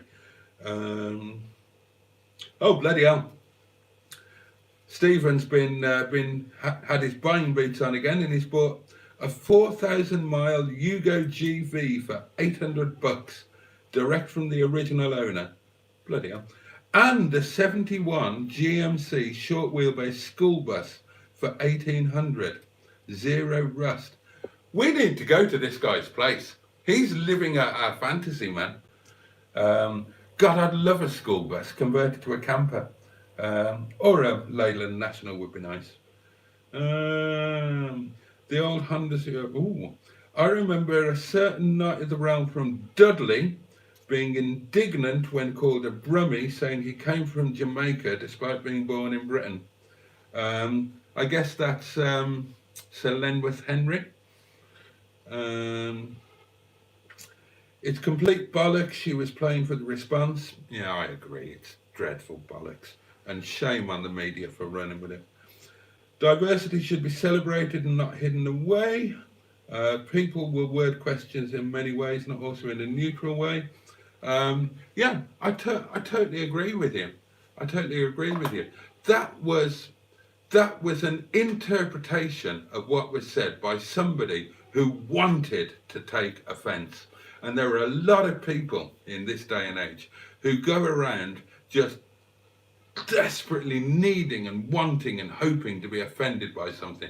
And I think it's bollocks. I really do. Boaty for Prime Minister. That'd be fun, wouldn't it, my loves? Prince Philip said far worse without question. Well, yeah, he did. I don't know if it was absolutely without question. I mean, they've kind of gone down in history books, but yeah, he's my favourite quote about Philip was, he was in the early days of his marriage. I can't remember the exact story, but he was I think in the Channel on a fishing boat, because of course he was a Navy man, wasn't he, originally? And somebody called him a Greek something or other and told him to go back where he belonged, and he just told him to fuck off, and his wife owned this bloody water, which something along those lines. You can probably Google it and find out the proper story. It's better than I told it. Don't stay here too long, you'll go all slitty-eyed. Prince Philip was one of these people that you kind of couldn't be offended by, even though what he was saying was incredibly offensive. Where I work is very keen on diversity, but sometimes it's placed a little skewed and makes genuine people feel scared of expressing themselves. It's a language thing, isn't it? You know, you can't say certain things now. Certain words are deemed to be automatically offensive. And I just think it's all bollocks. If I was a puff, I wouldn't mind being called a puff. I had a massive fallout in my singles network. Pardon me, I need another puff. I've gone on longer than I planned to. I was only going to do an hour tonight, but you got me chatting. I had a massive fallout in my singles network. Did I tell you about this? Have I told you about this before? Anyway, I used the word fat, right? Somebody put a post up. It wasn't even their own fucking work. It was a meme type copied thing. And it said something about, it had pictures of fat people hugging each other, right? And it said something about, you know, love doesn't know any shapes or sizes, which is correct. But it said, the inference was that if you're not attracted to fat people, then there's something wrong with you, and I hate that, right? So I said very blatantly, what if you're just not attracted to fat people? What if that's your personal choice? And a woman called me all of the bastards under the sun because she was personally offended that I used the word fat. And why? Because she was fat and she didn't want to be fat. So because she's fat and doesn't want to be fat and doesn't want to stop being fat, then I'm supposed to not use the word fat, not pretend that the concept of being fat exists, and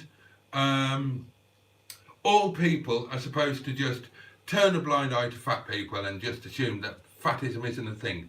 Look at me, right? Look at that. I am fat, right? I'm not big boned, and I'm not fat because of genetics. I'm fat because I like food and drink. I mean, if you're going to go down the genetics route, then the people who say they're big boned or automatically fat, right, it's 90% bollocks, but there is 10% of truth.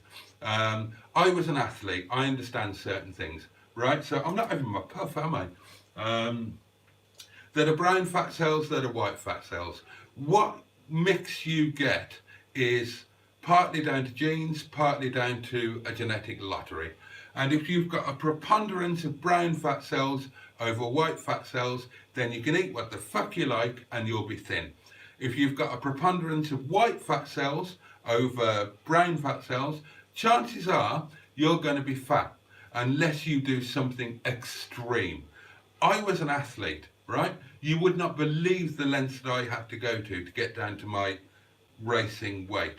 I had to do much more than anybody else because I have a preponderance of white fat cells.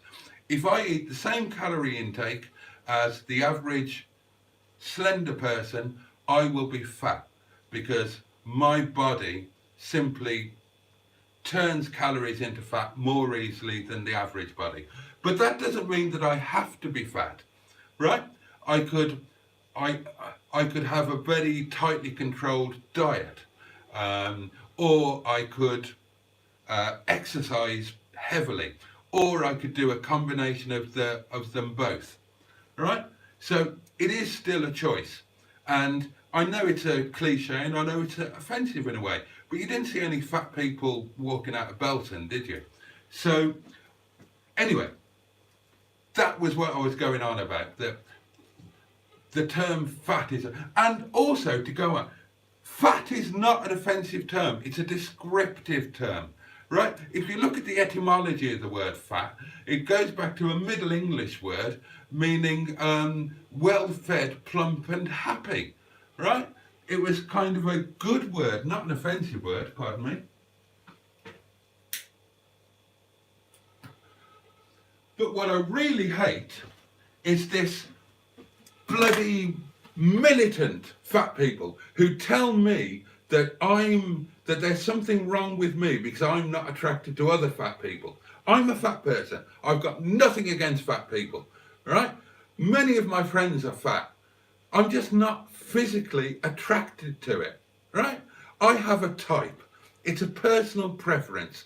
I like tall, slender brunettes with non-intimidatory busty substances, right? Personal choice, that's all it is. Personal preference. Many men out there like big-boobed women. Many men like blondes. Many men like buxom wenches. I don't. But that doesn't make me a bigot. It's just personal choice. And as far as I'm concerned, it's still okay in this bloody country to have the luxury of personal choice. Christ, we can barely afford to heat our houses and bloody feed ourselves. We should be allowed to choose who we're bloody well attracted to. God almighty. Anyway.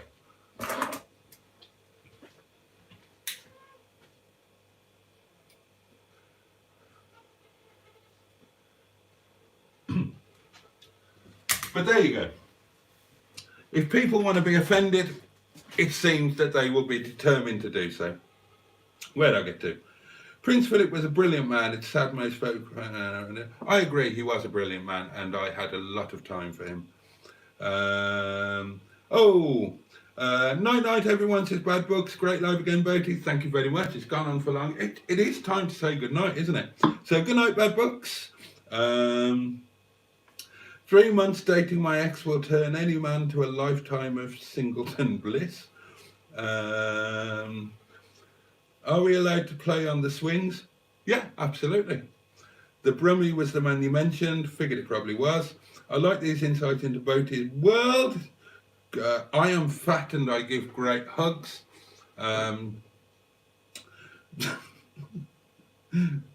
This isn't just insight, this is M&S insight. Well, that's better than S&M insight, I suppose, isn't it? She wasn't fat, she was stout. That is my favourite thing, not the 9 o'clock news. Who said that? KKC. Right?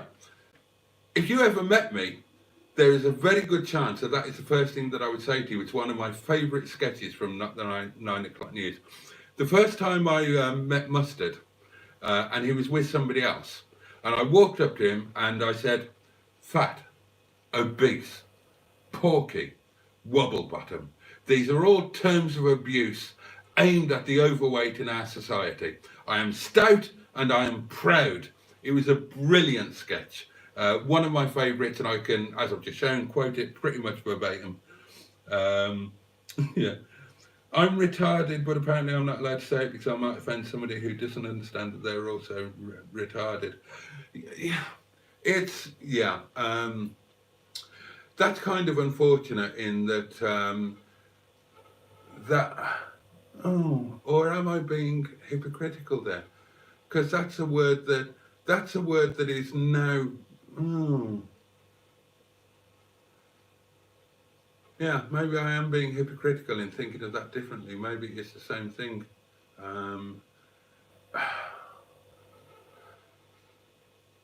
I guess words can become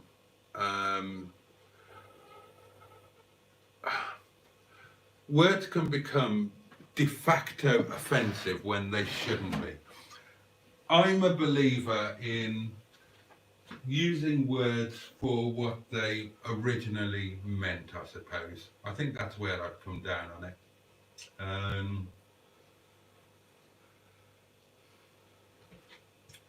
Yeah. But, I mean, you know, language is one thing, and it's... Don't always look for offence and give people the benefit of the doubt.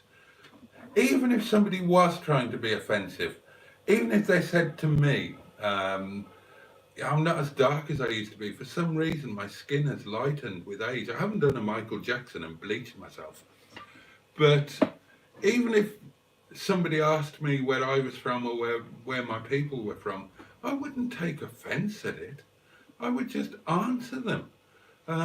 I would just say, well, you know, I'm from South Wales, but my grandparents were from Bermuda. Why would I be offended at saying that? And then, you know, you can ask them a question back. Maybe the person who asked the question was white, so you can't ask them where they're from, but you could say, I don't know, you could say, well, yeah, so where are your people from? Where are you from? Where are your people from? I'm from South Wales. My people from my grandparents backwards on one side were from Bermuda. That's why I'm the tinge of colour that I am. I notice that you're white. Have you been circumcised? Ask them a question back. Don't take offence. Silly.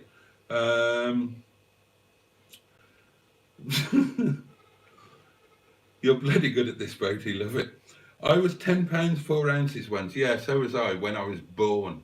I'm not saying she was fat, but she would say thank you after one night stand. Also, I'm fat, but just my belly and double chin. I can't even accomplish getting fat in the right way. I'm a bit like that. I've got the veranda over the pleasure gardens. I haven't got much flab on the rest, and my legs still look like a bloody athlete, unbelievably. I have a type, Mila Jokovic. Pass. No idea. Put a picture in the Facebook group. Breathe, Boaty, breathe. Yeah. I have a type, but since arthritis has increased, it's changed to much slower running lately.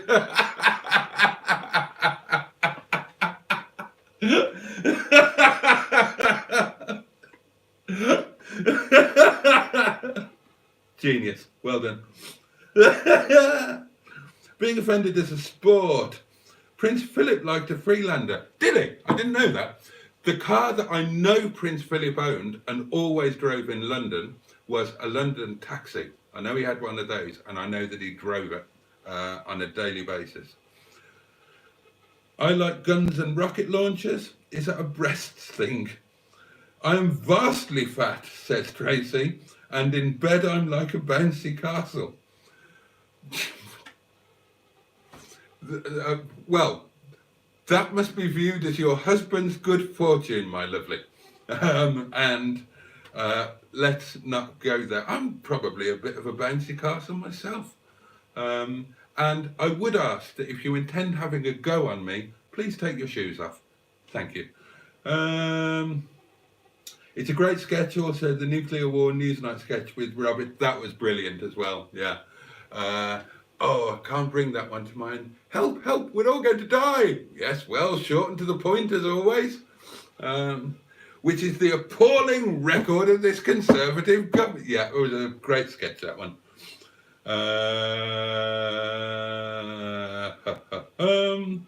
Us left-handed folk have had terrible treatment in the past. Right, I'll tell you the truth. I'm left-handed. Excuse me.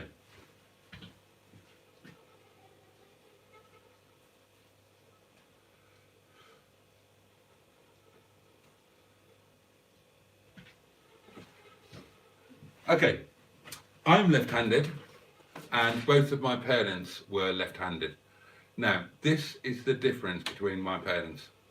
My mother, and you know the story of my mother if you've watched my, if you watched the video where I talked about my mother.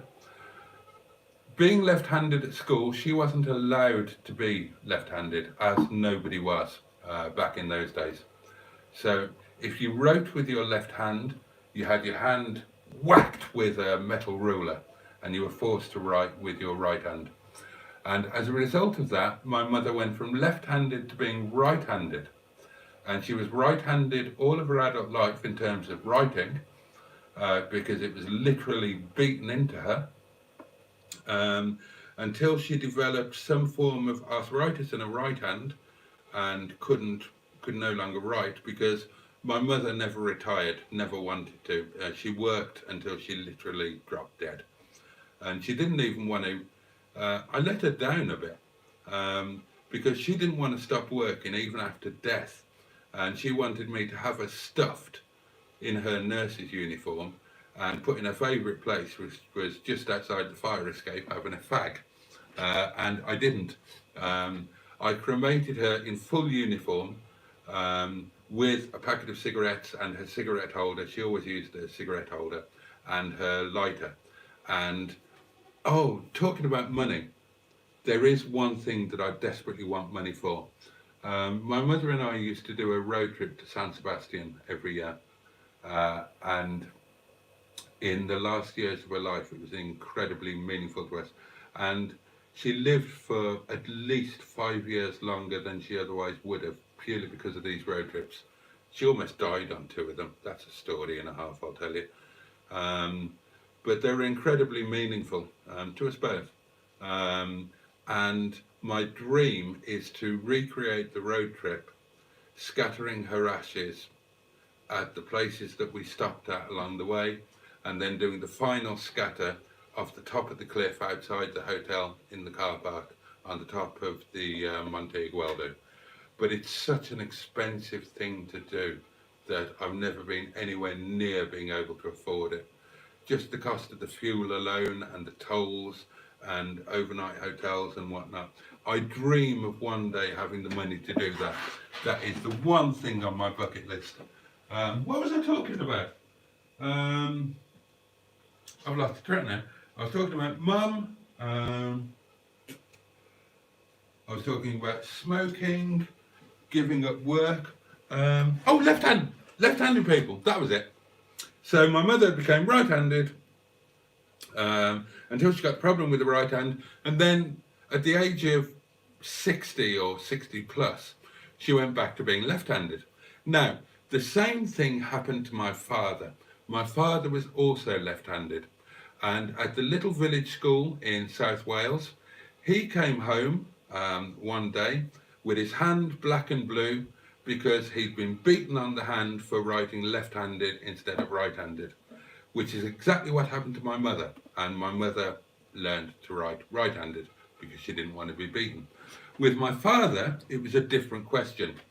Having seen his son come home with this black and blue hand, my grandfather, who, if you remember from other of my videos, was a very big, strong, scary RSM in the Paras war hero. He went to school the next day and he had a word with the guy that had beaten my father's hand. And it was suddenly decided after this word that took place outside the school where nobody could see. And it was suddenly decided in that school that being left-handed was okay, because the alternative was being hospitalized by some bloody big macho soldier who was, but I mean, you would, wouldn't you? I mean, God almighty, what were they thinking of back in those days? If your kid comes back from school and a part of their body are black and blue, you're going to go and bloody well do something about it.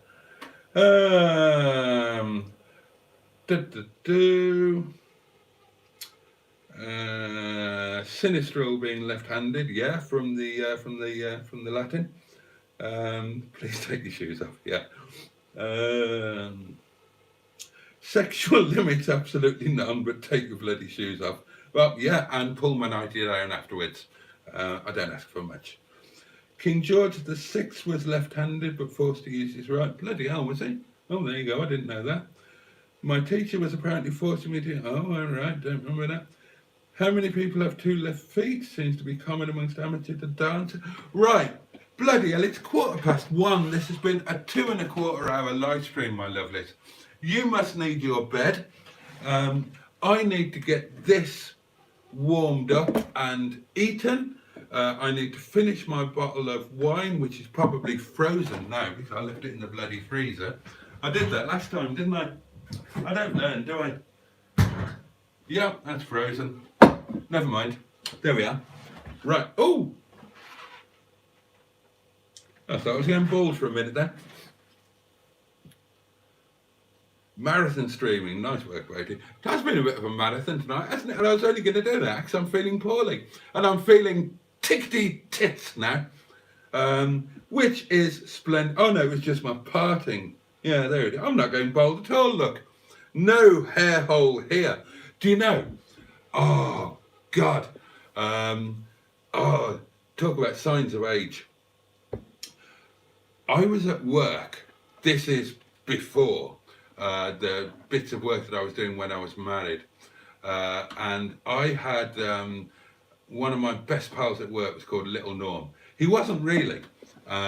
His name is Gary, and he's now, he's got a garage set up just down the road, and he plays with cars on a full, but he's got everything. He's not actually a trained mechanic, but he's a bloody good mechanic, and he's got a spray shop, and he does bodywork, and does all sorts, bless him. And he's not really good, but anyway, I trained him, and I trained two people at the same time, and one was a man who I miss so much. He's passed away. Oh, such a dear, dear man. And his name was Alan. And so I was training Alan and Gary at the same time and had them in the vehicle with me at the same time. And Alan was massive. He looked like Frankenstein's monster. And loveliest guy you could ever meet. He was lovely. So he was Big Al. And because he was Big Al, my favourite television drama ever, programme ever, series ever, was the Beiderbecke trilogy by Alan Plater, excuse me. And if any of you have watched the Beiderbecks, then if you haven't watched it, watch it. There were three: the Beiderbecke Affair, the Beiderbecke Tapes, and the Beiderbecke Connection. You can buy the DVD box set, I think. I don't think it's on YouTube, it got taken off. but it is on Vimeo or Vimeo or however you pronounce that. Watch it. You will not regret it. It is the best thing that's ever been on the small screen. But two of the main characters were brothers called Big Al and Little Norm. So because I had Big Al, Gary became Little Norm, and I still call him Norm to this day. Why am I talking about this? Where did that come from? Why did I suddenly start talking about Little Norm? I've got absolutely no idea. Marathon streaming, nice work. Then what did I say? Something about something about finishing. How did we get on to Little Norm? Bloody hell, the wine must be kicking in. I cannot for the life of me remember how we got onto Little Norm. Little Norm. What was I going to tell you about it? Oh yeah, I can remember. Yeah. Oh yeah, the thing at work. Anyway, he started going on about. He said, "Oh, bit of a bald spot there. Bit of a," and he just kept very casually mentioning it. And I said, no. And then eventually, he took a picture of the crown of my head and showed it to me. And I've got a fucking hair hole. And my mum had gone at this point. My dad was still alive. And I was looking after him. And I went down to Dad's and I said, I'm going bald. And he said something like, you're 45 years old, too right. I was bald when I was 23 or something like that. And I was absolutely convinced that I was bald or going bald. And I kept a constant check and vigil to see how much bigger the hair hole was getting. And it was about 6 years later that the fucking arsehole told me he'd taken a picture of his own fucking head, the wanker. Fucking... So I don't have a hair hole.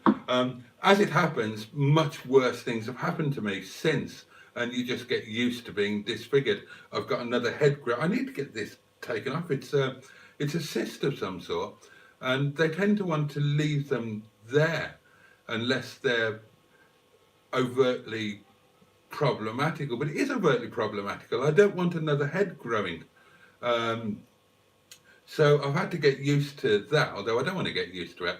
I'm going to go to the doctors and tell them it's affecting me and I need it taken away. It's only a quick slice and a couple of stitches. Although with the problems with the NHS at the moment, it's probably a 5-year bloody waiting list. And I had a tooth knocked out, so I'm Mr. Bloody Gappy now, aren't I?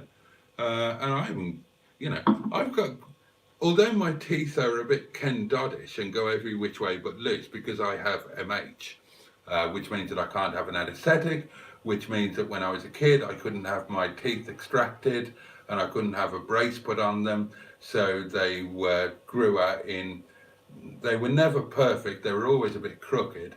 And then as I've got older and my gums have receded, they've gone properly bzing in every fucking which way but loose. Look at old photos of me, they never used to be this bad.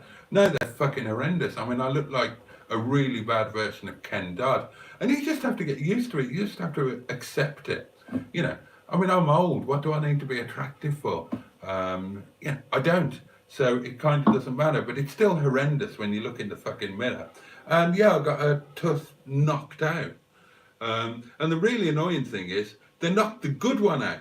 That was a good tooth. This is the tooth that's trying to escape and going up there. Why didn't they knock that fucking one out? Instead, I got this one knocked out. And I've never even had a filling. My teeth are in good nick, apart from growing every which way but loose, and this bastard being knocked out. So, where was I going with that? Oh yeah, it's like having a hair hole. You just have to accept that, you get to a certain age and you just think, okay, so bits of me are all fucked up. Does it really matter? And it doesn't really.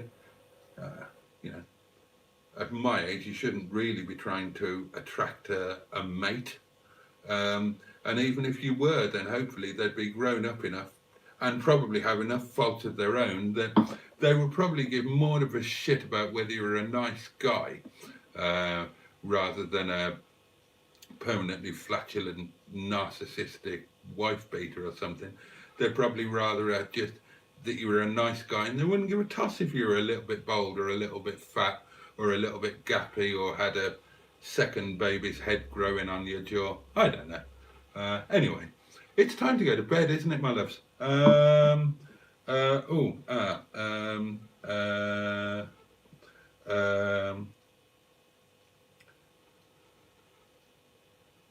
Right, yeah, that's it.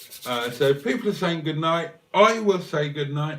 Thank you as always for your company tonight, and always I've loved it. I love doing these. Thank you for your congratulations on reaching the magic 1,000.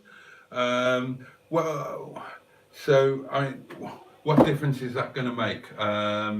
Well, if you weren't aware, having reached 1,000, and having already hit 4,000 watch hours, it means that I can apply for the YouTube Partner Program, and if accepted, that means that I can get advertising revenue, which will be pennies really and won't really make anything of a difference.